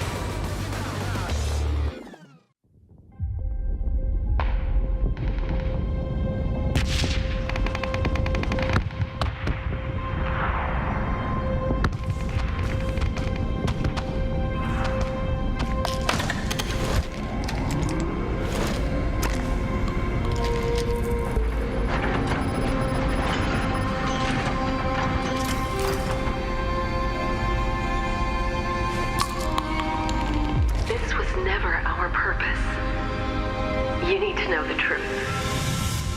These satellites, we built them to master the climate. They told us this was to stabilize the environment. I thought we were helping people, but it was a lie. It was a device for their entertainment. Their grand plan was to push the battle to the breaking point, to make the battlegrounds a brutal, unadulterated slaughter for their entertainment.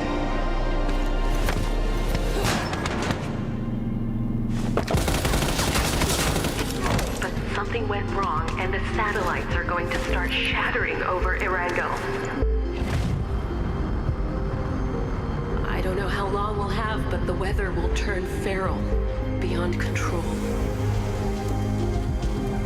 Erangel won't be the same again. Someone has to stop it before it's too late. If anyone is listening, save Erangel. 2 matches in, we're halfway through the show match. Hey! And it was, it's very, I mean, frosty. So well, that too. It's solos and it's very impactful, very quickly, and then it's done. You know, it's one of those where he got to kill that. Oh no, then he also got shot. Then So the fact that we have some players, I mean, like Soset getting 5 kills. Getting to survive for 10 seconds after you've just revealed your position and gotten a kill is incredibly difficult at this caliber play. So the few players that get multiple kills, good on you. You couldn't see, but I was clapping. It cut away right as I did. Yeah, but impressive. I wouldn't want to be a solo in this lobby, man. Oh, that's jumping into the deep end, and not only being in the deep end, but you're surrounded by the hungriest sharks in the sea. As we get to see some of these guys just getting ready for game number 3. Hopefully we'll get into that pretty quickly. Yep, sure will. Sure will. Gustav has been benched. He landed all the way north. Gustav IRL went down. There he goes. Eluding the viewers. A little good luck. Head rub on Nixie. Maybe get some of his mechanical prowess locked in your fingers. Maybe it sits in his hair. I'm not sure. Who knows? Get a little of that, and then get ready to play. Maybe he's trying to get into his head. There we go. We've reached that point of the day where those are the jokes that we make. Well, in the plus side, getting to see the map. So we're starting to learn things, right? Okay, so snow starts C4, C5 ish. At least it did there. Yeah, I called it phase 2 in that previous game, so maybe it's random. I'm not sure. We need a third game to confirm. We do. Yeah, we do. Yeah. We're also getting to see some of the best players in the world rocking these bolties. True. We got to see the Blue Zone grenade launcher. Big player. The guys seem to enjoy it, and it's not. The grenades themselves don't stick around too long, but they stick around long enough to try to force people out of cover, which is kind of what I think the whole point is, right? That's exactly it. That is exactly it. The players you can see here getting ready, or maybe already are ready.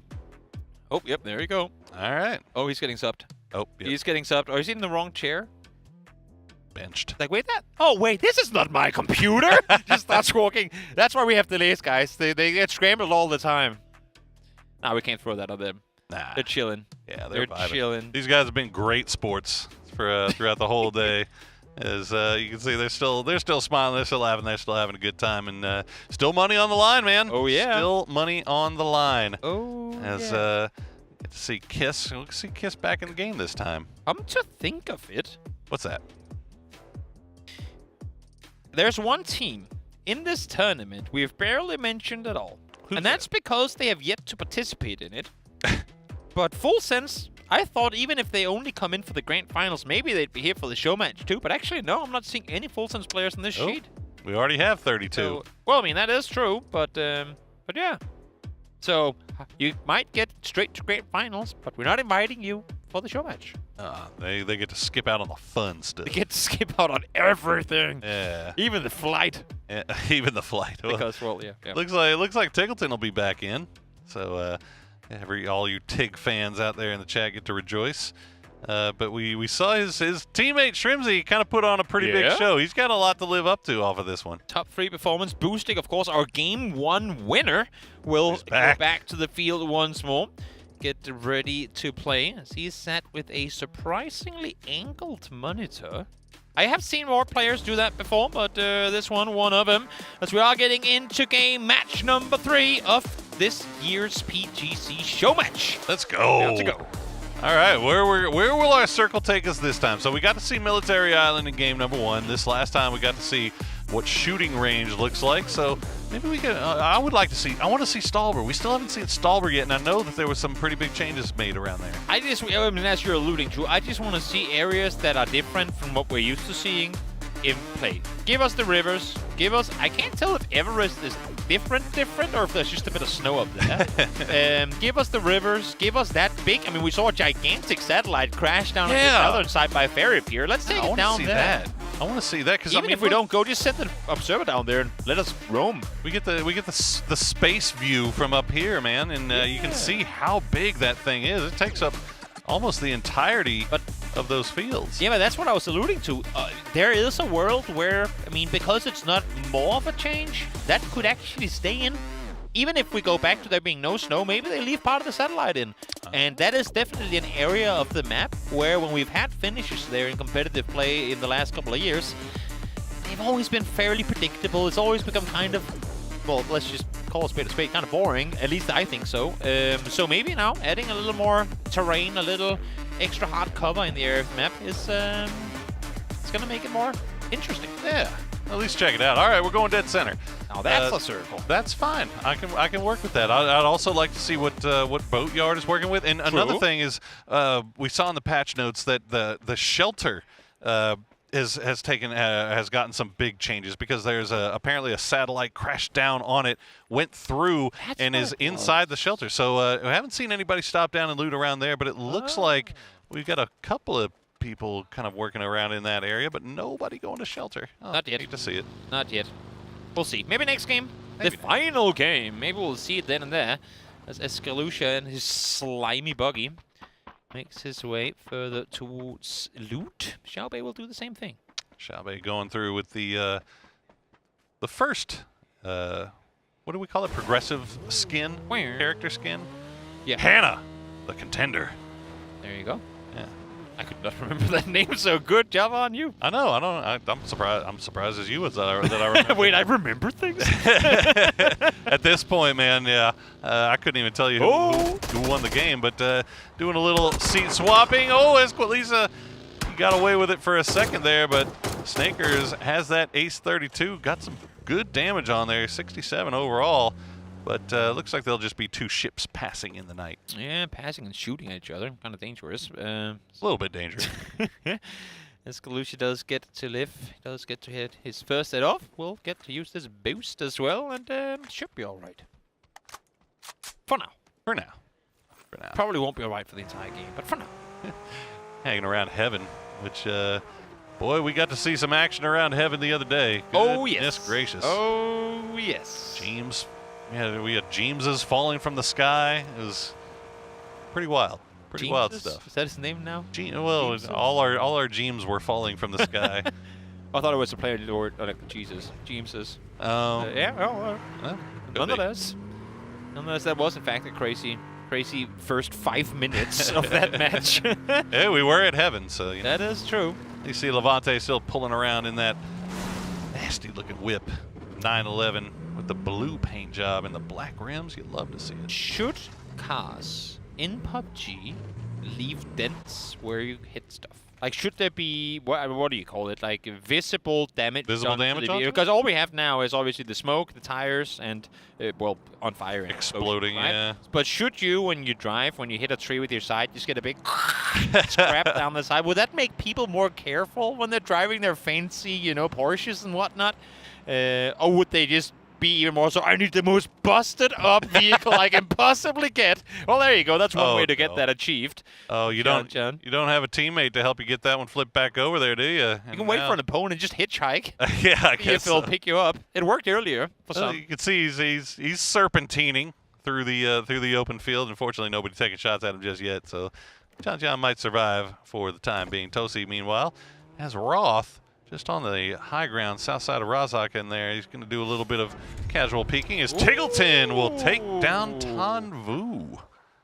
With the Bolty. Yeah. Big name player. Didn't get to do big name things because he died early in his first match as well. There you go. Kiss finds Batulins as well. So 2 heavy hitters eliminated from this match very, very early on. Well, you know, the good thing is you got those 2 guys out, but the bad thing for these guys is now you're going to have them right behind your chair judging every move that you make for the rest of the game. Are there rules against that? I'm not sure. Walking over and just start shaking the person's chair as he's about to start shooting. It's 4D gameplay, man. You gotta get all senses involved if you're really going to have the true PUBG experience. As Tiggleton will make his way just to the north side of Gatka. You see Tiantian off in the distance, and this might be a free crate pickup for Tig, but I don't know if Tiantian was looking at that and seeing if he can maybe third party, but boy, Tig is so quick with it. That is the fastest looter in the West. Definitely rocking the old school PGC Dasha as well. So yeah, OG Dasha skin right there. Oh, we're doing red dot K9s. Oh, no. Okay, he's got the 4Xs. Uh-oh. Oh, here we are. Zoom out. Observe us. Show us the area. Boostic learned his lesson from Batu in game number 1, it would seem. Yeah. What happens if we have 2 BRDMs in the end of the game? Ooh. Because there is one more available, as you can see on the right side, down by the minimap. It's true. Another lucky person who finds a flare gun could go outside circle and get himself a BRDM. Shall see. Tiggleton making his way down. Ooh, I don't know if he knows how close Tiantian is. Yeah. I think he definitely saw him before. And yeah, I think he saw him at the last minute. Tiantian just posted up. Going to take the spray, but Tig's got that Lynx. And if he hits a shot with that, Tiantian is in big trouble. Oh, but the K9 shot not going to get through the window, and he will survive. How do you do 23, level 3 gear still, of course, but 23 damage with the bolt? That's got to be like a pedicure, even with level 3 gear. I mean, it's going back to the conversation we were having in the green room the other day about what would 1 HP damage be in real life? If you can't heal. I think that was it. See, I mean, you know what? I'm not gonna quote what was it was said, a very long conversation, a very big how argument. Little they accomplished with that conversation and how much they remained undecided. There was a lot of weird things being debated. Look, I'm saying, I thought a mosquito or an ant bite would be 1 HP, but they were saying losing a tip of a finger, that's not 1 HP. But bro, if you got stuck by 100 mosquitoes, would you die? Probably. I don't know. What do you mean? Have you never had one of those crazy summers where there's mosquitoes everywhere? Yeah. I once woke up with 18 mosquito bites on my left arm one morning. I bet it felt like a lot more than 1 HP of damage, It's not like I was 18% closer to death just because of the mosquito bites. So I don't think so. I'm more on the... Come on, man. Back me up, go down that, yeah, maybe chat will back you up. Thank you. I hope so. I think we're more in that area. As we see more snow stalper. Oh, Spaceman. There's a stylish Spaceman right there. I tell you what. Everybody immediately, as soon as we got into lobby today, everybody got to their live accounts and started buying those Balenciaga outfits just to be able to run around and look dripped out of control. Purdy Curdy, meanwhile, he is a man of taste and style rather than fashion. And therefore he wears. Exactly. Dinosaur costume. It's just as everyone knows. Yep. Let's see. We do have a few guys still out in the blue zone, too. Yeah, we go north. River, we get to we do get to see the river. We get that island now becomes a little bit more interesting, doesn't it? True. Because you can just kind of freely make your way over. We'll keep an eye on that. You say freely? Well, freely, yeah, free. I might actually prefer to swim. Yeah, you might be able to hide from the shots a little bit safer there. As Tiantian gonna give a little horn honk. As I think that was Star-Lord off in the distance taking the shots. Boostic just kind of Well, he's taking his time. What does he got to worry? He's got all the time in the world. He doesn't want to bring in his BRDM to the circle before there are no Panzers left. I think that's the main concern right now, right? Because you have a Panzer. If you want to make use of it, you gotta wait until late game. So sad. Roth. Not too much more he could do with that one as he falls out. Absolutely worked. Oh, Fluky. Oh, come on. Bolty from the sky, please. Please, let me see it. Oh, Diffix. Oh, very close. Very close. Yeah, we gotta get that speed back up. 2 shots, about all you're gonna hope for here is non. Oh no! That's not the time to slow down on the bridge. Hammer! Oh, he couldn't get the second one. Almost. Two kills now for Tig already, though. Yeah, climbing. Trying to get up that leaderboard as Type gets taken out by Tozy. Oh, yeah. Dangerous business driving into a compound when you're in solos. You just never do know. Well, Spaceman will finally land. Snaker's going to pull right up, and Shen is waiting. He's looking in the wrong direction, but it doesn't matter. He will get the knock, or the kill, rather. We don't even have to worry about knocks anymore. Snakers is down. Can I ask a random question? Absolutely. Because that would be the first time I've ever done that. Other than what does 1 HP damage in real life? Yeah. So I just came to wonder, because I've never seen this happen. If 2 solos playing a 1v1 at the end of the game, and one of them throws a C4, and they both explode, who wins? Ooh. We must do this for science. Oh, okay. The triple flip, the quad flip. Oh, he almost stuck the landing too. Fix going for some sort of X Games achievement. But in trouble now. Good thing is, the 2 players shooting at him a moment ago decided to shoot at each other. Oh, who's going to be better? A Space Marine versus a Space Man. Oh my God, Purdy Curdy gets sat down, and Space Man proving that he is the one to be feared. Actually, it's going to be Tosi that gets him in the end, but Spaceman has a nice little compound for himself, and best of luck. Friendly skies will be what greets him. As still a lot more people still out in the blue this time around. As I guess we got some of our Game 1 guys back. Maybe they didn't learn their lesson the first time around. Well, I mean, all the people that I have actually got first dates this time around. True. But you know what? True. I think I might just, since, well, it's kills for MVP, and then it's wins. Yes. That is, and then of course we have the, King of the Hill award as well in the MVP, which isn't exactly the same, but kind of. Most damage, most kills or most kills rather. But I got to tell you, Boone, Boostic driving around in that BRDM, he did have 5 kills in the first game. Yeah. But you're not going to get a lot of those kills if you're just going to stick around in the BRDM, are you? We have an issue now. What's that? We have snow in phase 3. Oh. I no longer know when it happens. It's out. So it's out in the blue zone. I think maybe the snow in the blue zone. No, he's inside circle. Is he? He's inside circle. Oh, he is inside circle. Look at that. Yeah. So first it was phase 2. Oh, look at that. Then it was phase 5, and now it's phase 2, or phase 3. I no longer know when it starts. Fresh presence. They're getting a Songjang, and Escalisa will trade back and forth. Songjang coming out ahead right now, and he will get the dub in the end in that 1v1. Esquilisa going back to the lobby. We're down to 20 alive as we've got some aerial combat taking place now. Danger zone. Danger zone. Instant do. Instantly comes into our head when I see 2 gliders meeting mid-air. We'll see if they're going to opt to continue that potential fight, or if they'll just leave each other be and enjoy sharing the skies together. Fluky a little bit lower in the sky than Bestalosh. So Bestalosh had the prio on the shots down, but Fluky still focusing on the ground, taking shots over in that direction as Shen will defend his cave like a bear out of hibernation. He's checking the zone out, and then he might see somebody as well. I think there's a few players still running in from that direction. ATC called Fluke. Was like, we need you. Could announce it. 1,000 feet. There's too many planes in that altitude. So Fluke actually got one. Sky high. Yep, able to find the first one. Hammer gone down, and wasn't a bolty though. I don't think it counts. Run it back, Fluky. Okay, I didn't know that was the case, but fair enough. Only bolts count. Heard it here first. There you go. Yep.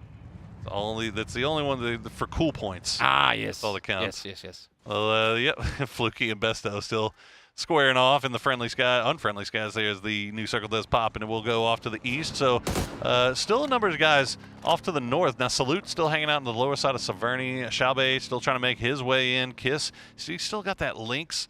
He's trying to he's using these bullets sparingly. But the peak battle with Songjang is, oh, Fluky. Such a difficult shot. I just wanted to happen so bad for him. And I want it to be on stream when he does it. Yeah. We all know it's going to happen off stream. Of course. Can't fault the observers for not being on him for 25 minutes straight as Tickleton spots one in transition. That's Kiss, but he's allowed to sit behind his US for the time being. See a lot of vehicles running around in this circle. Yeah. A lot of players trying to do the seat swap. And a little bit too bouncy that time for Tig. Is Fluky going to get knocked low? Yeah. Oh, your time in the skies are done. Where are we going then? Where do you go? Yeah, as you said, he's where is he? He's on the very north side, so I guess he's going to go into the compound, but Kraken's already in the other one, so Fluky, you better be careful about how you push in here as Kraken. Oh, he's being sneaky boy. Yeah, he better. No reason not to. If you're Fluke, you have to anticipate that there's someone in this building. Oh, right? yeah. We went away from it. Every building, if you play solos, you know, every building's got somebody in it. You would have to imagine. I would love to go back to that just to see if, how he actually approached it, because he jumped in the bathroom, but come on, stayed put for the time being. How do you miss those? Left. Oh, it's through the smoke. Okay, so that makes a little bit more sense. We'll give him a little bit of credit for that one. Oh, nice grenade for Jacob. And Tiggleton goes down. That's what he gets for misses those. Yeah. Through the smoke. Through the smoke. Yep. But Kraken's got his puppy dog ears listening for any movement. But it looks like Fluky is just going to go anywhere. Yeah. Oh, he's got the... They are outside circle, so they might actually have to go somewhere. Yeah, I think that might be the play, throwing the Doritos on out there. But Kraken's just waiting for him. And any moment now. Oh, boy. Yeah. Oh, he... Got to go somewhere. He didn't hear him. Did he? Oh, Nate? Yeah, I think they're TPP peeking this, and yeah. Oh, what a nice bounce there. Yeah, okay, as Kraken, the game is up, man. You got to get on out of there, but that blue zone is ticking so hard now. Yeah. Phase 5 ain't a fun place to be, especially when you have an opponent right next to you. So do you commit to the heals? Do you go for the aggressive play here? Seems like Fluke is opting to go aggressive, but then repositioning, jumps out the window with a sort of a hit, but not able to find the kill. How did he not get that kill with the shotty? We swapped perspectives a little bit quick there. I kind of lost track. And Fluky, yeah, he's going to have to heal through this. The Kraken gets through, but Xiao Bei will spot him. And if Xiao Bei is looking in the same direction, he might get 2 for his trouble. Best of luck playing around on the hillside. Jacob immediately running once again. And I will avoid going down to that grenade as Xiao Bei still with that bolty in hand. Now he's going to try to spot out Corexy. Bye-bye, my tire. Bye-bye, who needs tires? Overrated. Yep. Down they go, and down Tian goes. We're down to now 14 players left alive as they all do what they can to try and find some cover, sit behind it, and watch out into the open fields. Yeah, keep seeing Sosa pop up in the kill feed here. He had a great first game. Oh, no! That's what you get. Yeah, don't just sit there and repeat the same angle over and over again. And now Kiss. He's dead. He's got, come on, you hit this. You hit this. Don't let the deployable shield come up. Oh, no. Yes. Oh, you hate to see it. Fluky does go down in the end of Shen. Another bolty at play. Songjang will dance around the rock and try to avoid the grenades from Spaceman. Oh, yeah, go back. Try to heal up here a little bit. Level 3 helmet gone. But at least he had one, because that was a bolt straight to the dome. Oh, Kiss. I'm going to miss another one. Spaceman getting so low. Kiss already 400 damage. But just not getting the final hit. Oh, it's Boostic. It's Boostic. How does Boostic get that with the links before the grenade exploded? Boostic, I believe. Wait, did Corexy just molly himself? But bro, it's solos. You can't deny points here. I'm not sure exactly what happened. I'm hearing laughing from the stage, and I think it's Nixie laughing, and he was sat next to Corexy. So something probably went down. Not sure exactly what it was, but Sosid popping off here. 6 kills, 500 damage. As you said, 5 kills and match 1 really running for that top award. Bro, Sosid might be our king of the hill here if he keeps having this kind of performance. That is not bad work from him. 7 left alive, so we'll see if he can add to that total. He's got the whole south side of the circle really still to work with here. As Songjang and Shen will trade shots across the way, but both of them are going to have to move. Shen going to be the first one as that grenade. Oh, yeah, that's a little bit short. Oh, Boosting. Actually getting out of the vehicle here to peek forward, but then back into the safety, the comfort of the BRDM. Just took out again. There's a BRDM and there's a Lynx, so dangerous weaponry to get to work with. One more bullet should do it, and he does find Shen. Got bodied, though, by Shen on that. I mean, imagine getting knocked down to 10 HP off of one link shot and then immediately just bolting the man back. Oh, it's pretty filthy stuff there. Boostic down to half HP, but that BRDM will keep him alive and keep him safe for the foreseeable as he's getting Song Jiang is kind of working around there. No. Sosid get another one. There you go. Sosid just adding to his kill total. Yeah, Boostic in that vehicle down to half HP. Will be less than that now.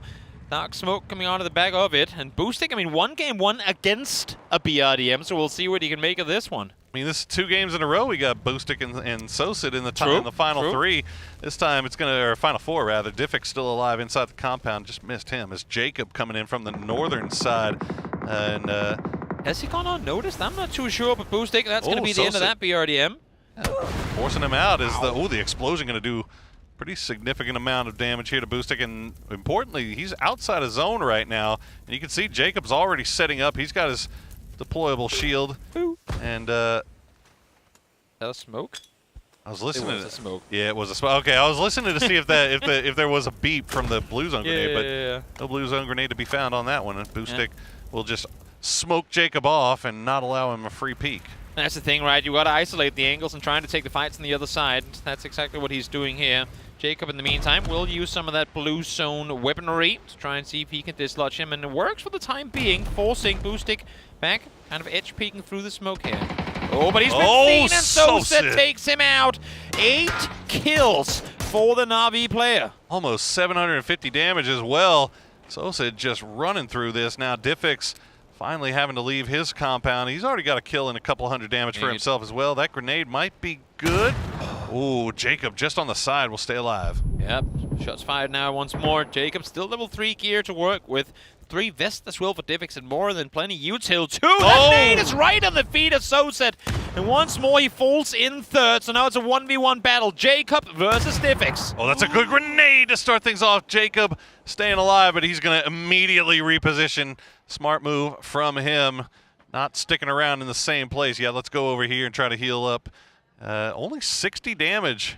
1 kill for Jacob so far, but he now finds himself fighting for the win here. Diffix, though, has a nice little ridge line to play with. He ran on that eastern side and actually got inside circle with it too, so really, really good timing, and not only the repositioning, but also knowing exactly where to go for it too, because Diffix, as you can see, has to creep further forward, has to get over this ridge line, and I don't think the first tree he's going to get to is actually inside circle either, so he needs to continue from there on, and Jacob, knowing this, is just going to wait. He does have a couple of smokes, though, so that'll start things off. He'll pop the first one. Jump peeking. Oh. Yeah, Jacob. Whoa, Jay, there it is! What a spray! And that's going to be the win for Jacob in the end. Takes down Diffix, and that is a massive W there for the E-Arena Fragger. But man, what do you say about Sosid? He was just farming that game. Haven't been able to claim any wins, but taking a lot of dog tags down with him. As he goes down in third here once again, but plenty of damage done. All right, we got 3 games down now. We still got 1 game remaining to play. And so we get 1 more match winner to find after, let's see, who do we have so far? We've got Batu, we've got Rex, and now... No, not Batu. Boostic, Rex. Boostic, Rex. Batu. Everyone thought he won. He did, yeah. Oh, well, yeah. But game. No, we have Boostic, we have Rex, and we have now got Jacob as well. All right, well, 1 more winner left to be decided, but let's throw it over. I think we have an interview coming up with our. Oh no, wait, we're going to see highlights first. So we'll figure that out. We're figuring this out as we go along, Chad. Don't worry about us. Over to the desk. Yeah. Hi guys, welcome back to the desk. And yeah, here we go, ready for the breakdown of this match we just saw. And as we've been saying all day, it has been a bolt action favored game mode, and surprisingly many Lynxes. A lot of Lynxes. I don't Lynx. What's Lynx in plural? Lynxies? I'm not sure. Nonetheless, oh, there you got the flip from Fex as well. Surprisingly many bolts and Lynx in play here. We also got to see a little bit about the river there as well. So you know, we thought it was frozen over, but it looks like it's just frozen over at points. So you can like make your way through. But if you don't hit it right, you can definitely also find yourself in the water. Oh, so, yeah, more. I mean, this has been the best part about today, hadn't it? Just seeing all these guys rocking these bolties And we've seen some disgusting shots. Just making a bit of a comeback with the continuous nerfs of the DMRs and competitive play. But here, of course, the vast majority of players opting to go for the single fire and being successful with it. Yes, indeed. Oh yeah. Even the observers thought he was going to win. They had a cameraman there ready and waiting already. Yep. Don't mind me. I'm just writing down my MVP vote for that. Whoa. That is Well, we do have an interview with a winner now, so let's hop on over and hear what they have to say. And we're here with Jacob. He is our third chicken dinner winner. So right here, I would like to ask him. So maybe it's gonna be in Thai first. ถามก่อนเลยจ้ะในแมปใหม่นี้เนี่ยมีประสบการณ์อะไรใหม่ๆที่เราอยากจะบอกกับเพื่อนๆที่ยังไม่เคยเล่นบ้างไหมก็คิดว่าน่าเป็นระเบิดบูโซนครับผมไม่ใช่ระเบิดปืนครับปืน เป็นปืนบูโซนที่อยากจะแชร์กับเพื่อนๆSo I just asked him about the experience that he would like to share to the fans. For those who haven't played this map before, it is the blue zone gun that you should try it.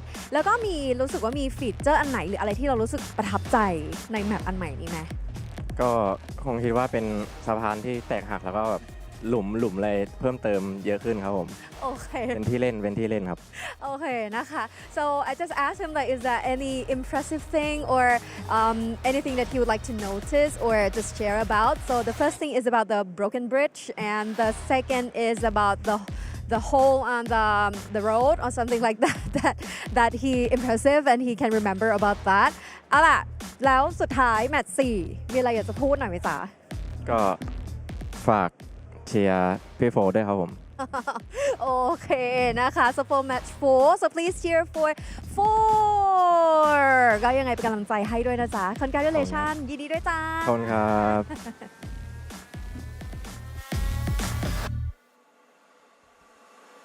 Thank you, Mr. Jacob. Yeah.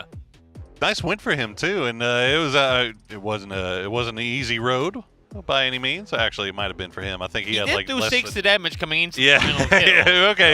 So as far as roads go, for the players in that one, probably the easiest road to a win. He's but a pacifist. Exactly. But he got the win against Diffix though. So we see PO still trying to figure things out here, and as we get all our players into the lobby for this final game of the day, we've got one more game winner to determine, one more MVP to award before we get to the end and we get to see who the overall MVP is, or the king of the hill rather will be.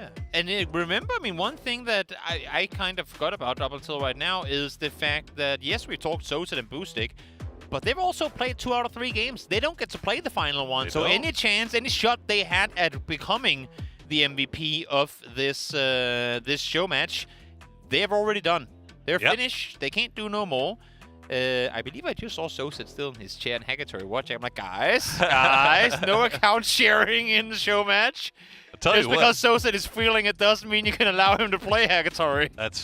No, we gotta, well, we take the rules very seriously here. Exactly, that's why no one is Erangel Sub-Zero show match here today. As, you know, somebody's gonna have to do something pretty special here in the fight. Yeah, you see the finger wag there. No. But already though, somebody's gonna have to do something pretty special here in this final game of the day to kind of overtake Soset, because he has put together 2 pretty wild solo games. You know what I really love about, I mean, we've talked about how the players go around and talk to one another. Having now been, you alongside with me, having been in this scene for, well, ever since the beginning effectively, seeing how with more and more global events coming around, these players are starting to become real friends with one another across regions. We see the guys from Latam, they're hanging out with the boys from Vietnam. I mean, it's just things that 5 years ago, they would have looked at each other as soon as they made eye contact. Would have awkwardly walked the opposite direction. No, but you know what I mean? It's and this is not to throw any shade on anyone. It's just so amazing. It really warms my heart in a very cold Erangel to see that we have effectively successfully created that gigantic PUBG family out of these players. They all, for the most part, get along so well and are just here to have an incredible time, appreciating that they're able to go out and play the game that they love in the type fashion that they are here. And it's also fun to get to have these the match type days where they can be like laid back, relax, and you're not staring at somebody and be like, oh, if you hot drop me, boy, I'm coming to get you. No, like it's everybody's just kind of chill and having fun. But also we are pulling them out of their team comfort, and I think that's also a big part of it. Not to say anything against that, but when you stood there with your 4 buddies or 3 buddies, 3 players, and coach. Hold that thought. Penguins! Penguins! Penguins everywhere! Ah! And well, Paro on Paro action. But yeah, when it's teams. Oh, here we go, Shelter. Thank you for landing here. Yes. Zoom out. Show us. Yes, this is what we wanted to see. What are the items that he's going to pull out of here too? Oh, blue zone grenades. Zone grenades and a Panzer. And loot. Level 3 gear. Hello. Oh. Hello. What? Is he out smoking a cigarette? Where? Look, Shalu. I mean, look. The last game, so he was just he was running in the blue zone the entire time anyway. So yeah. You know what? Maybe. Shalu. I'm just waiting for him to come out towards the stage to go. Wait, we started. Yeah. That would be unfortunate. Well, Heather will get taken down by Lurex. Oh, it's definitely him walking there. I'm watching him now, going, yep, nope, I'm dead. Okay. Well, smoking's a terrible habit, guys. Can cost you a lot of money. This tournament has been the proof thereof. As we now see, hello, my bad. He saw Michael land. I'm not sure if Michael saw him, though. Clearly didn't. I'm going to say Michael hasn't got a chance to loot yet. Nope. Also, as a matter of fact, he probably dropped loot on his way down. I think somebody forgot to tell him that it's supposed to be cold outside. Nonetheless, here he is. Man, you got to go find yourself a puffer or something. A little puffy jacket to put on. It's about to get real chilly in here. We haven't had the clothes drops in PUBG since 2018. Can you remember those? The big black jackets. You can run around and go, oh, that's a oh no, it's another pair of shoes. Yep. Oh, glories. No, glories. Goodbye, sir. Tears in heaven. Yep. Let's see. That's info. Boy. That's Project McCann. We said that's Halamabad, yeah? Halamabad? Yes, correct. Doing a little jump peek in there to see if he can spot out Michael. Hackatori, meanwhile, after Sosa got the finger wag of disapproval, Hackatori playing this one out. See if he can do something from, he's just off to the west, or east rather, of Pachinki. You can see where he is on the map. You know those, you know these compounds very well, but again, that lighting, man, it's just throwing me. It's I can tell you're having a really hard time with it. It's throwing me off so much. It's just so weird.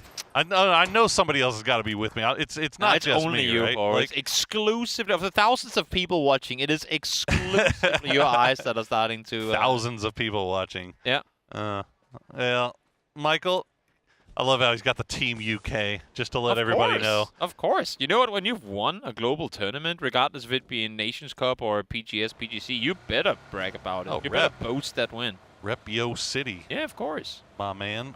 Well, United Kingdom, the biggest city in the world. Exactly.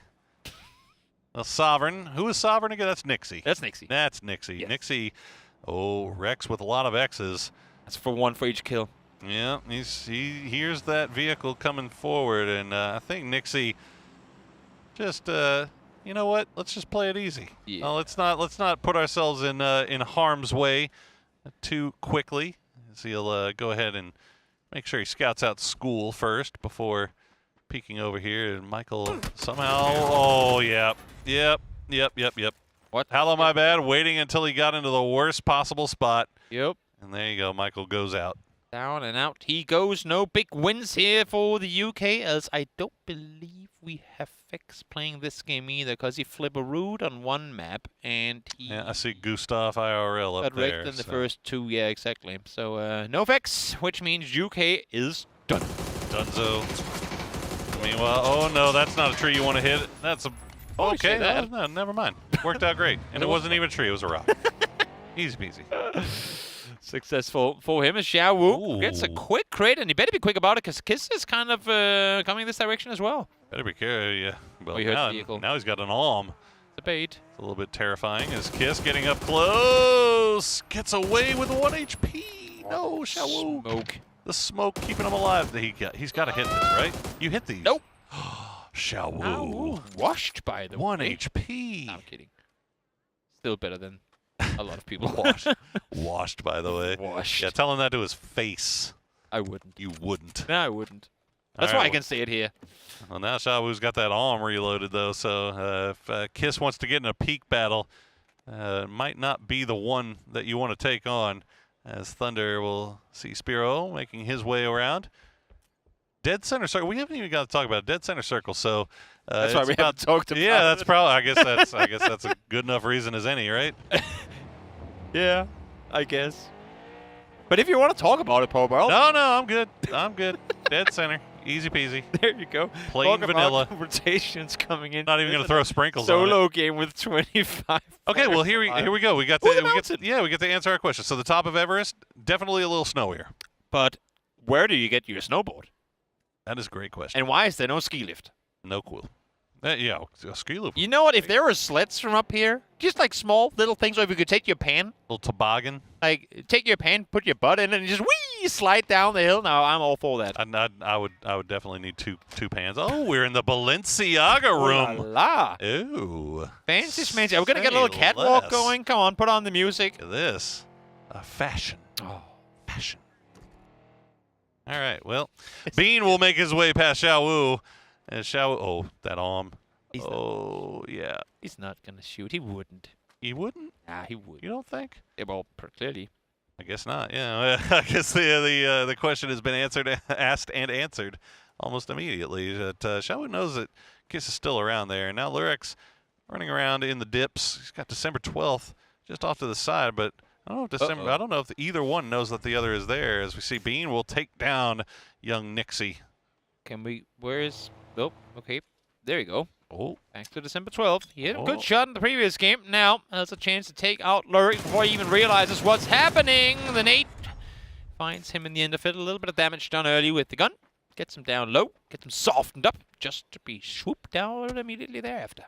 Oh, yeah. See, this is why they run while crouching the entire time when they're playing this mode, because they just know. They know everybody's got a freaking bolty, and you're out in the middle of the open, so, serpentine, crouch run, do whatever you got to do to keep yourself alive a little bit longer. I mean, they're chucking energy drinks. Their adrenaline is so high that they cannot stand still for a second, and it comes in to full effect in this game, because they better be moving constantly, or a bolt action will find their heads.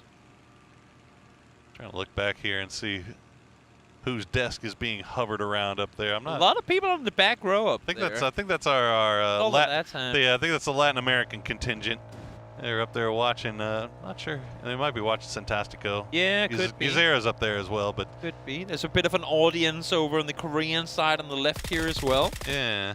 Oh. Then we have Star-Lord recording his teammate play, just in case there's memes to be talked about. Oh, there's always memes to be made. Oh yeah. As Spiro with the VSS, the very deadly, very terrifying, currently VSS. Even more so in solos. Even more so in solos. You're not lying. Well, the circle does go just south of Razak, so we go from in the center to even more in the center, as Bean, now with 255 damage, Bean is going to see that Shrimsy vehicle flipping around over there, but it looks like Shrimsy will get out of there unscathed. Yep. But he's pulling into school, and Example is ready and waiting. Yeah, I mean, given that this is where we are and where we saw the first circle go, you have to anticipate that there's people. Honestly, but at this point, anywhere. I'm actually shocked that he's stopping there, to be honest with you. Yeah, I'm pretty brave. But hey, I mean, how many times do you think that man has hot dropped in school? He knows his peaks. He knows what to do when he gets there, and he didn't get shot at on approach. He did not. Find somewhere to lay low.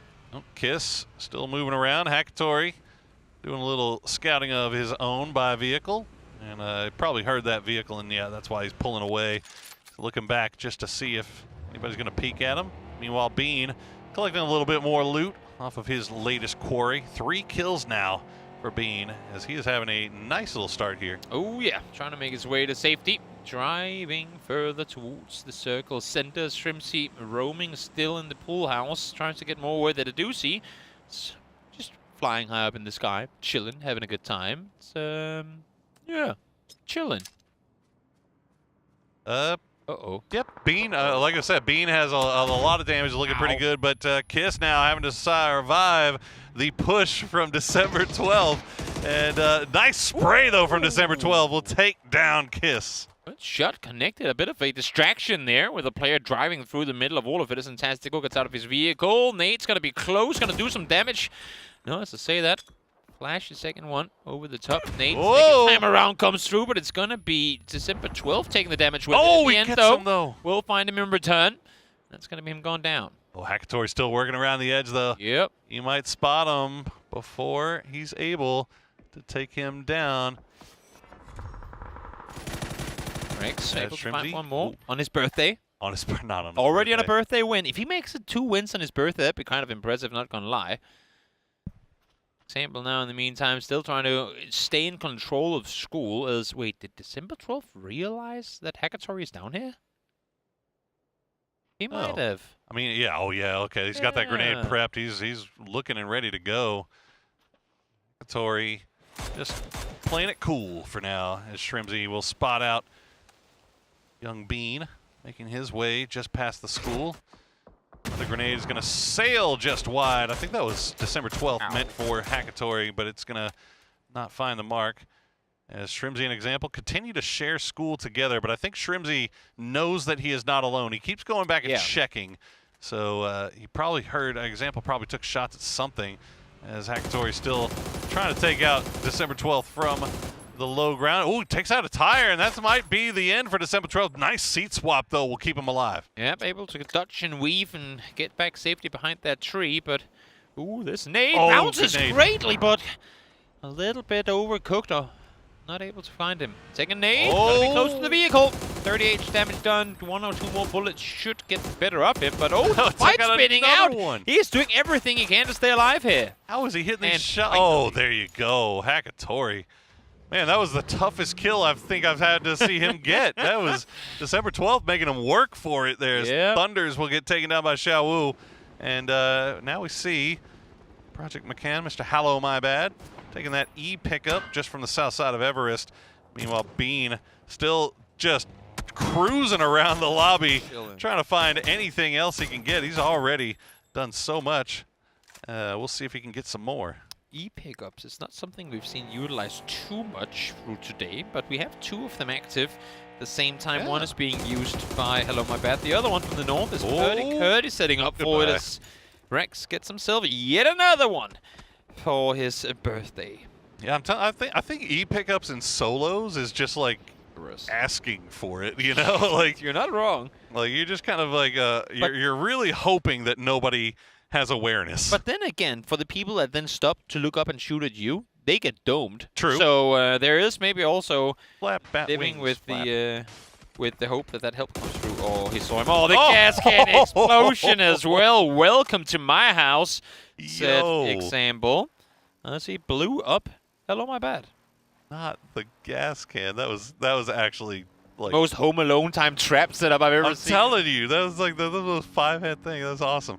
All right, P.O. still driving around on the edge. It looks like Xiao Wu would stop down to see if P.O. got up there, got a little closer, see if he could catch him by surprise, but not going to happen, as we will center up on that school apps area. Haven't seen a game end over here in a while. That's going to be a fun little end game, depending on where these final circles decide to go. Purdy Curdy. Wow, he actually gets it away. Okay, gets into the apps. Able to get there, even get a building all to himself. Of course, he doesn't know that, but given the fact that all of this is unlooted, pretty clear indicator that he is, in fact, free to roam through that building. Lyrics, in the meantime, with the psychedelic looking kind of groovy up there. Yeah, exactly. The 70s vibes, Motown style. Oh, and he's got an arm too. Come through. Please. Way up high, and a ghillie suit just to make it make no sense. But hey, I mean, at least he's not going to be cold. Well, worth noting that the ghillie suit is that snow, the snow thing. So Example just going to go ahead and push right into Roth. Oh, he had Roth on ice skates there. Didn't know what to do, and Example will take down him and take control of his little quarter of the apartment area. But yeah, like we were saying, the ghillie suit's going to be white in this version of Erangel, as P.O. has that high ground. He's going to spot out Bean all the way downtown, but No shot's going to land. Douchey again going, wait, I thought I was the last glider in the air. Come on, man. This whole idea was that I could sit up here by myself, and not quite so. So now taking shots into the sky instead, getting a little bit of help in doing so from Shrimsy, who's sat down below. And Bean lays down the smokes. Try to keep him alive a little bit longer as Pio just, I mean, he's free farming from that high ground, isn't he? There's nobody anywhere near him. Nobody looking in his direction. I'm still waiting to see if we can get the sky arm shot from Lyrics. God, I want it so bad, but not going to happen. Not going to find it just yet. As Hakatori, they are playing around the rooftops here over by Apps. Looks like Bean will be able to escape. Definitely. Pio maintaining high ground control as Xiao Wu, very creative, colorful outfit he's wearing, is opting to play complete edge. Oh, that's a headshot. Lyrics and this vehicle is down to low HP, and there is a shack. Can he claim it? Ooh, the wing slowing him down for a bit. Now on the back side of it, he really wants to get in though, but might have to heal first. Oh, they'll open the door for him. That's nice. Oh, nice. Yeah, Glaz. Good guy, Glaz. Gonna let Lyrics get a free path in. And he's inside circle too. There you go. Oh, good shots though. Oh, Bean, you're in trouble. Ooh. Oh, a little high there, Xiao. Yeah. A little high on Bean, and Bean now positively terrified.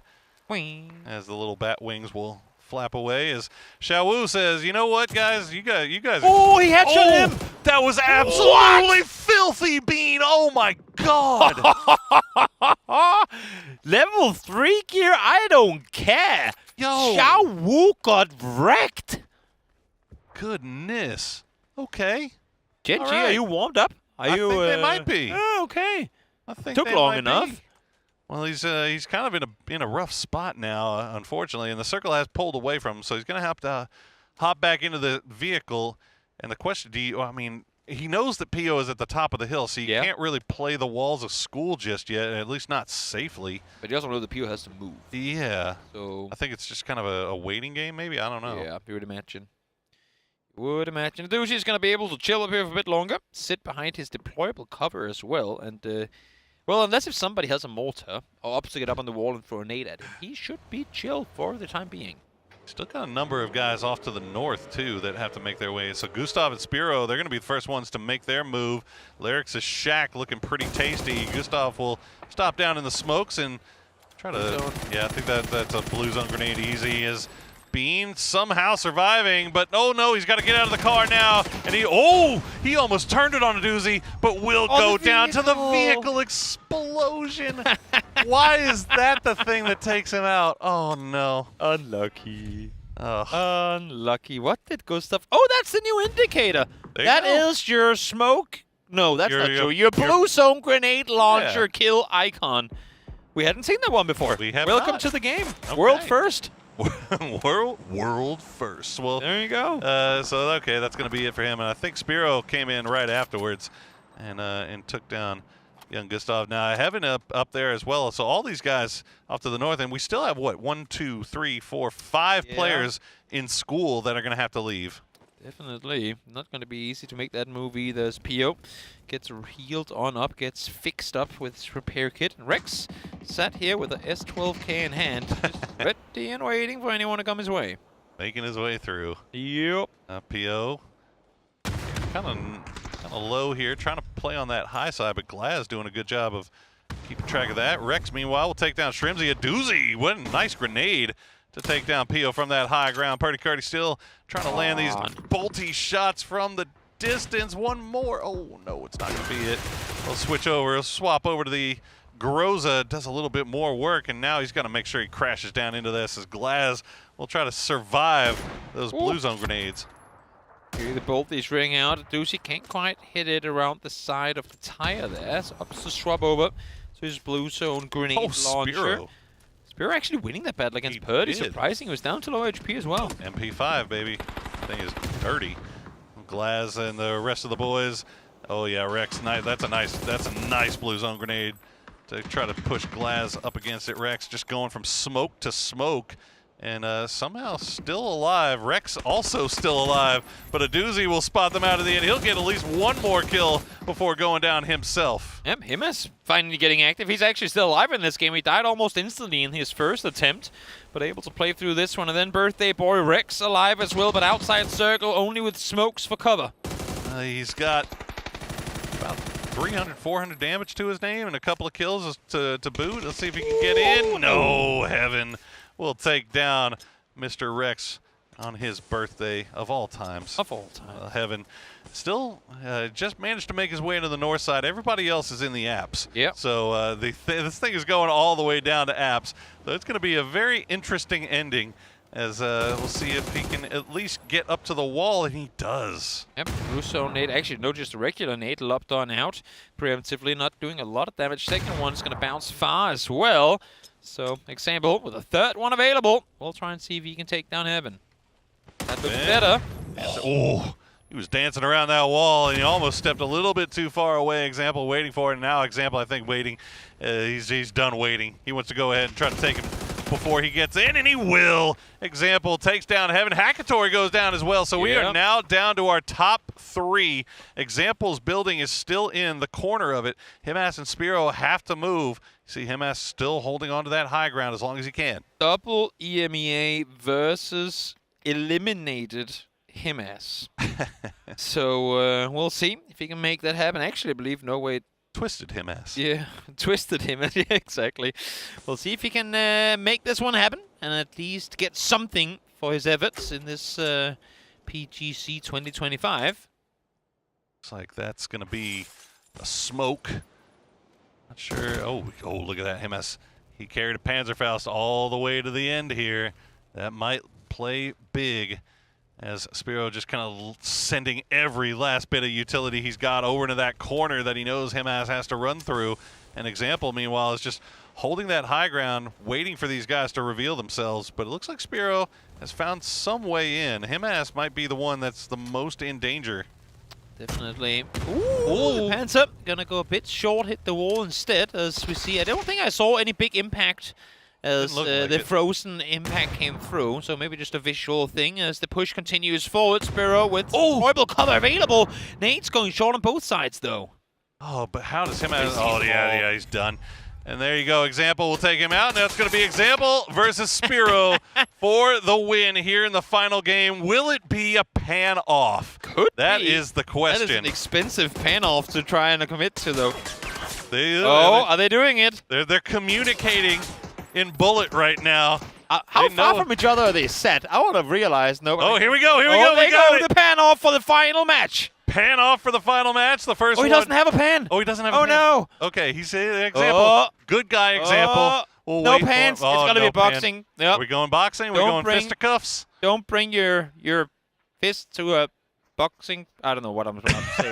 Nonetheless, are they looking for more crates? I'm not sure what's going on now. All right, taking everything off, shooting it up in the...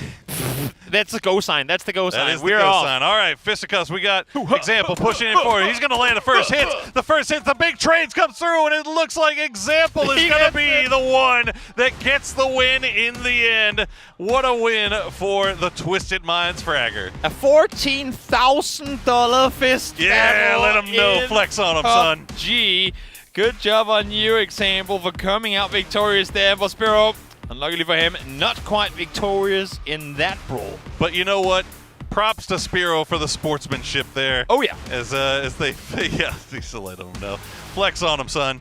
They were Morse coding. We sharing this one? We'll share it. I hope, at least. If not, then we'll see. We'll see what happens. But that is going to do it. The fourth and final show match here at the Erangel Sub-Zero game mode of PGC 2025. What a day it has been. What a day indeed it has been. But you know what? At the end of the day, we got to see the new version of Erangel, which I've got to say, it looked really, really cool. Obviously, I was beaten over the head by it so many times, but the different lighting was so interesting to me. It made everything look just that much more different. You had the snow coming down. You had the blue zone. You had the blue zone grenades, man. From the launcher. Yeah. Those need to stick around, I think. I do like the fact that they don't stay up for as long, because I thought when I saw the announcement, they're like, oh no, this is gonna be, the players will find a way to make this absolutely OP. It wasn't as bad. No. Maybe when you have 4 players on a team that has them, all of them, might make a difference. Then we might be in some tricky territory. But for solos, for what it was, wasn't that bad. Wasn't that bad. No, wasn't that bad. So congratulations again, of course, to the winners. Exactly. Happy birthday to Rex. Happy birthday to Rex. And just to recap our winners from today: Boostic, Rex, the birthday boy, Jacob, and finally Example got the wins here today in those 32-man solo matches. Yeah. So many bolties. So many A bolties. lot of bolties. And also, of course, on behalf of everyone, thank you guys for sticking around through what was a longer day than what was initially anticipated. We got there in the end, and it was great to see some of these new areas. It was fun to see teams try and cross over. Both Hagatori trying to drive towards military, and Fix trying to get north across the Rosok River, both failing in doing so. But goes to show that driving on ice ain't as easy as it might sound. Never is. Never is. And I'm not sure we're gonna maybe get an interview with Example. I'm just smiling. I think we're trying to line that up right now. So we're filling a little bit of time here, waiting for Example or for Pam rather to get to Mr. Example and get to hear what his thoughts on this new map are going to be. We have kind of told you everything we thought, and let us know in the chat what you think about the guy, about everything.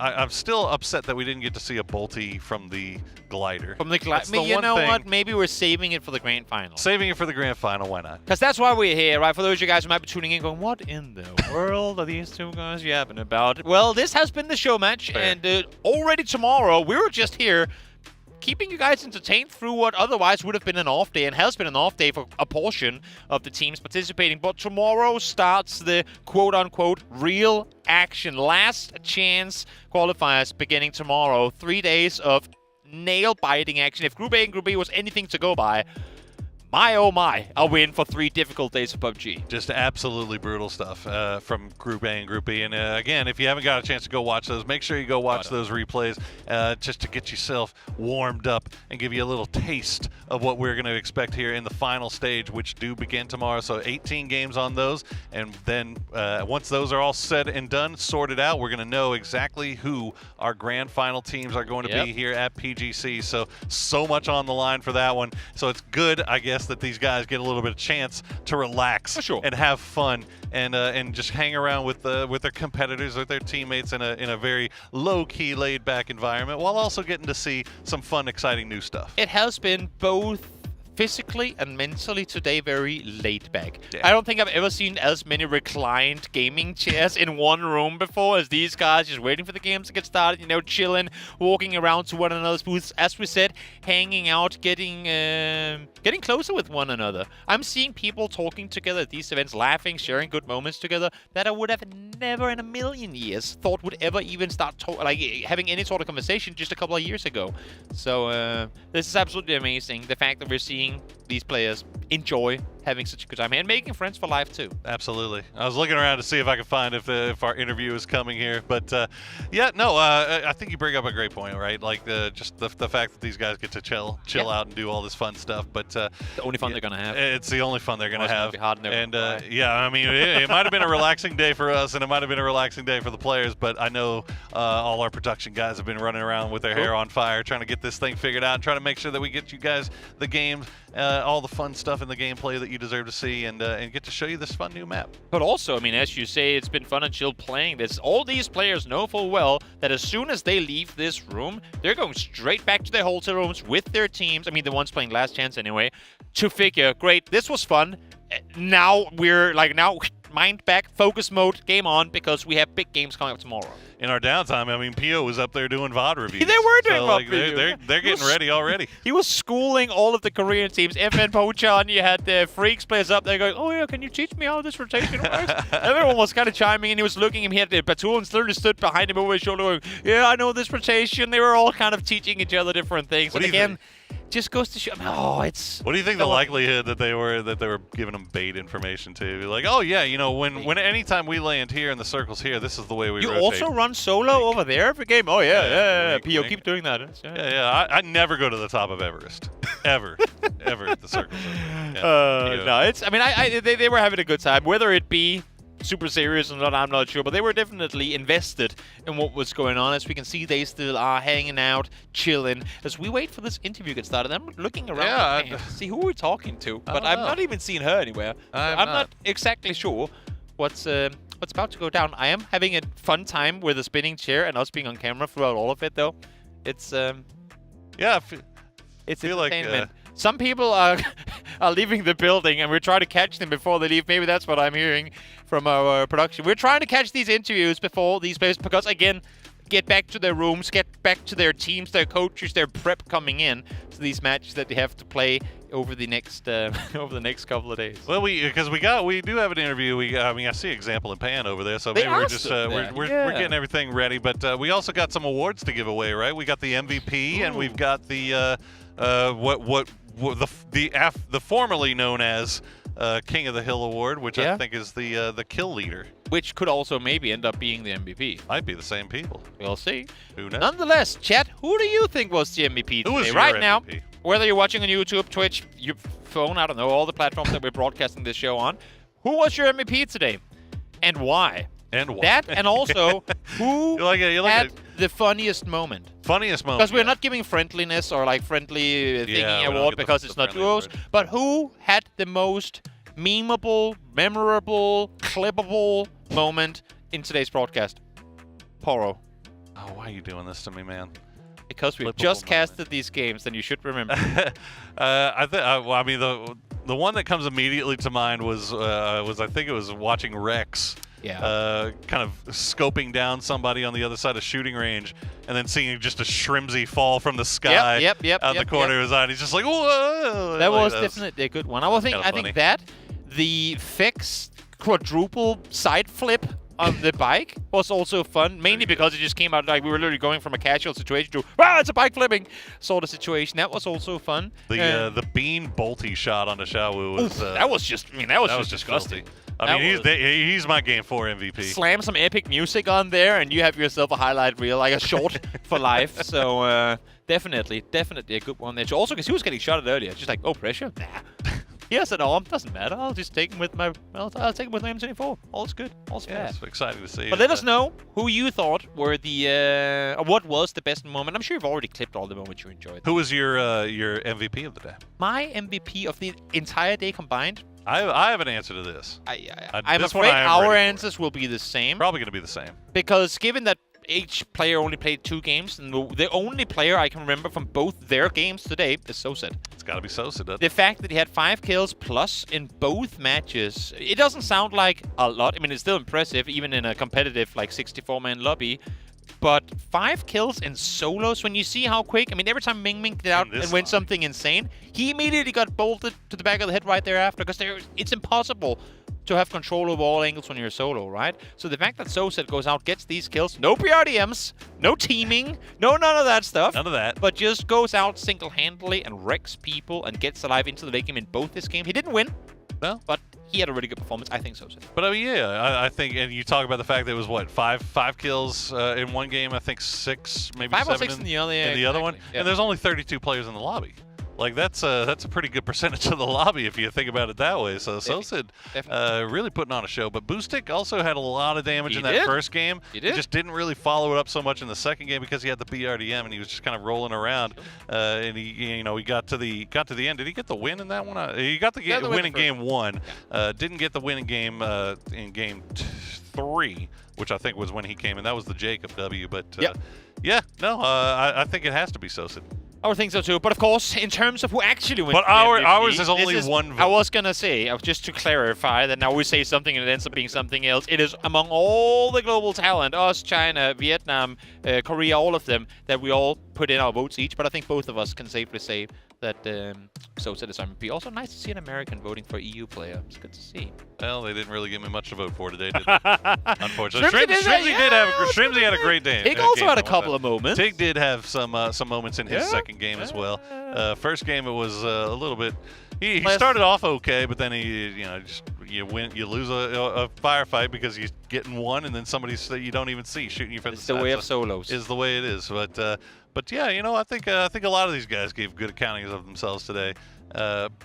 Some had a little bit of trouble off the jump, but yeah, it's solos, baby. What are you gonna do? I'm just casually gonna lean over now and see if. Still looking. Oh, at least now they stood up on the stage. Oh, okay. We're I think maybe the person that left was a cameraman. So we're being told pretty soon. Hopefully that's going to be true. As we can see. Actually, you can see them. Yeah, you can see it. Yeah. We can just do the interview now. We have the camera up here. Pan, you want to come up here and do the interview? Hello, Example. How do you feel about getting that big win there in the final game? And what did you think about the new map? I don't speak. You're supposed to be Example. I know, but that's why I was here. trying to channel my inner Example, and I can't. My accent and everything. You don't have to do an accent. It was good. I am a robot. I was doing Pan, and I just sounded like friggin' Mrs. Doubtfire. Oh, I thought it was just your normal voice. Oh, well. Yeah. Well, we're waiting. Okay. 10 seconds interview. Oh, there we go. We're Okay, ready we to get shout. this one going. Thank you, everyone, so much for this. Let's hop over to the stage now, right there, for Pan and Example. So now we have our even match today, and now we are right here with our fourth match of chicken dinner. That is Example. I'm cheering for him, All right, so today is a new map, is a new update. So how do you experience about that? That was so much fun. I liked that, very, very good. I also like the new winter vibes on Erangel. I also like the new busy grenade the shots with a gun. So yeah. Yeah. So how do you feel as you're the winner and you grab the prize? Nice. I guess. I love your mood. All right, so thank you so much and congratulations to you once again, the winner of match 4. Example, thank you so much. Thank you. Bye-bye, you can take a rest. Thank you. And all right, today we have 2 awards that we would like to announce here. The first award is King of Kills. So the King of Kill award goes to the player with the highest total eliminations today. Such a dominating performance. So congratulations to Soset Navi.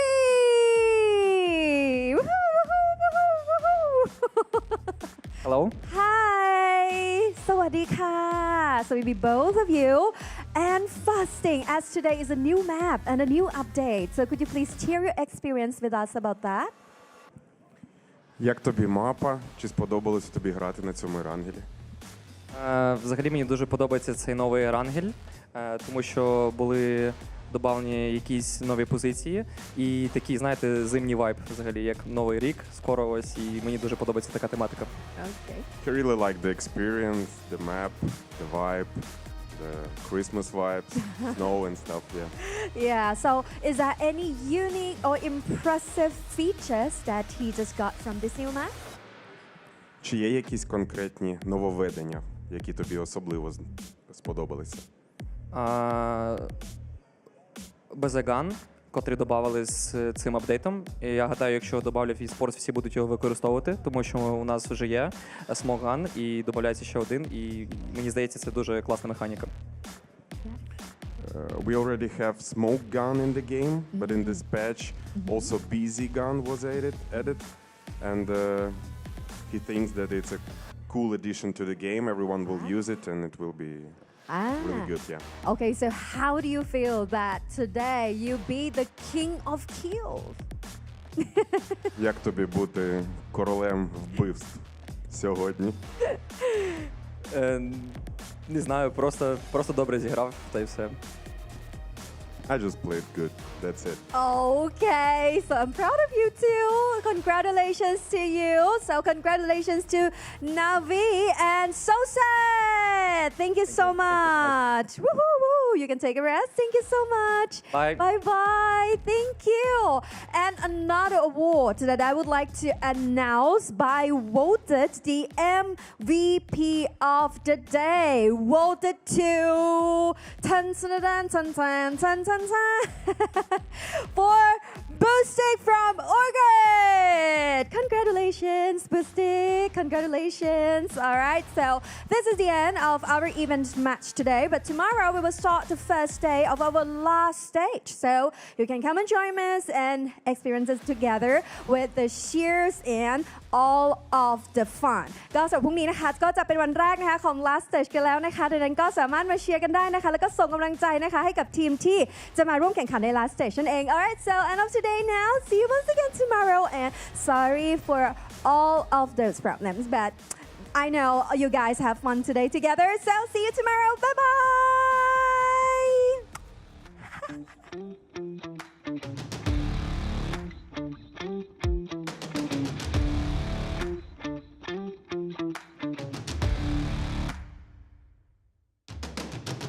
Pressure's building, I can feel it coming up. The tension's rising, can't you see we've had enough? There's no controlling us, we're never backing down. The revolution's coming, you can hear the sound. Destruction's calling your name. You woke the sleeping giant, now we're bringing the pain. There ain't no stopping this train. You lit the spark and now it's fanning to flame. Let's get fired up, let's get rowdy.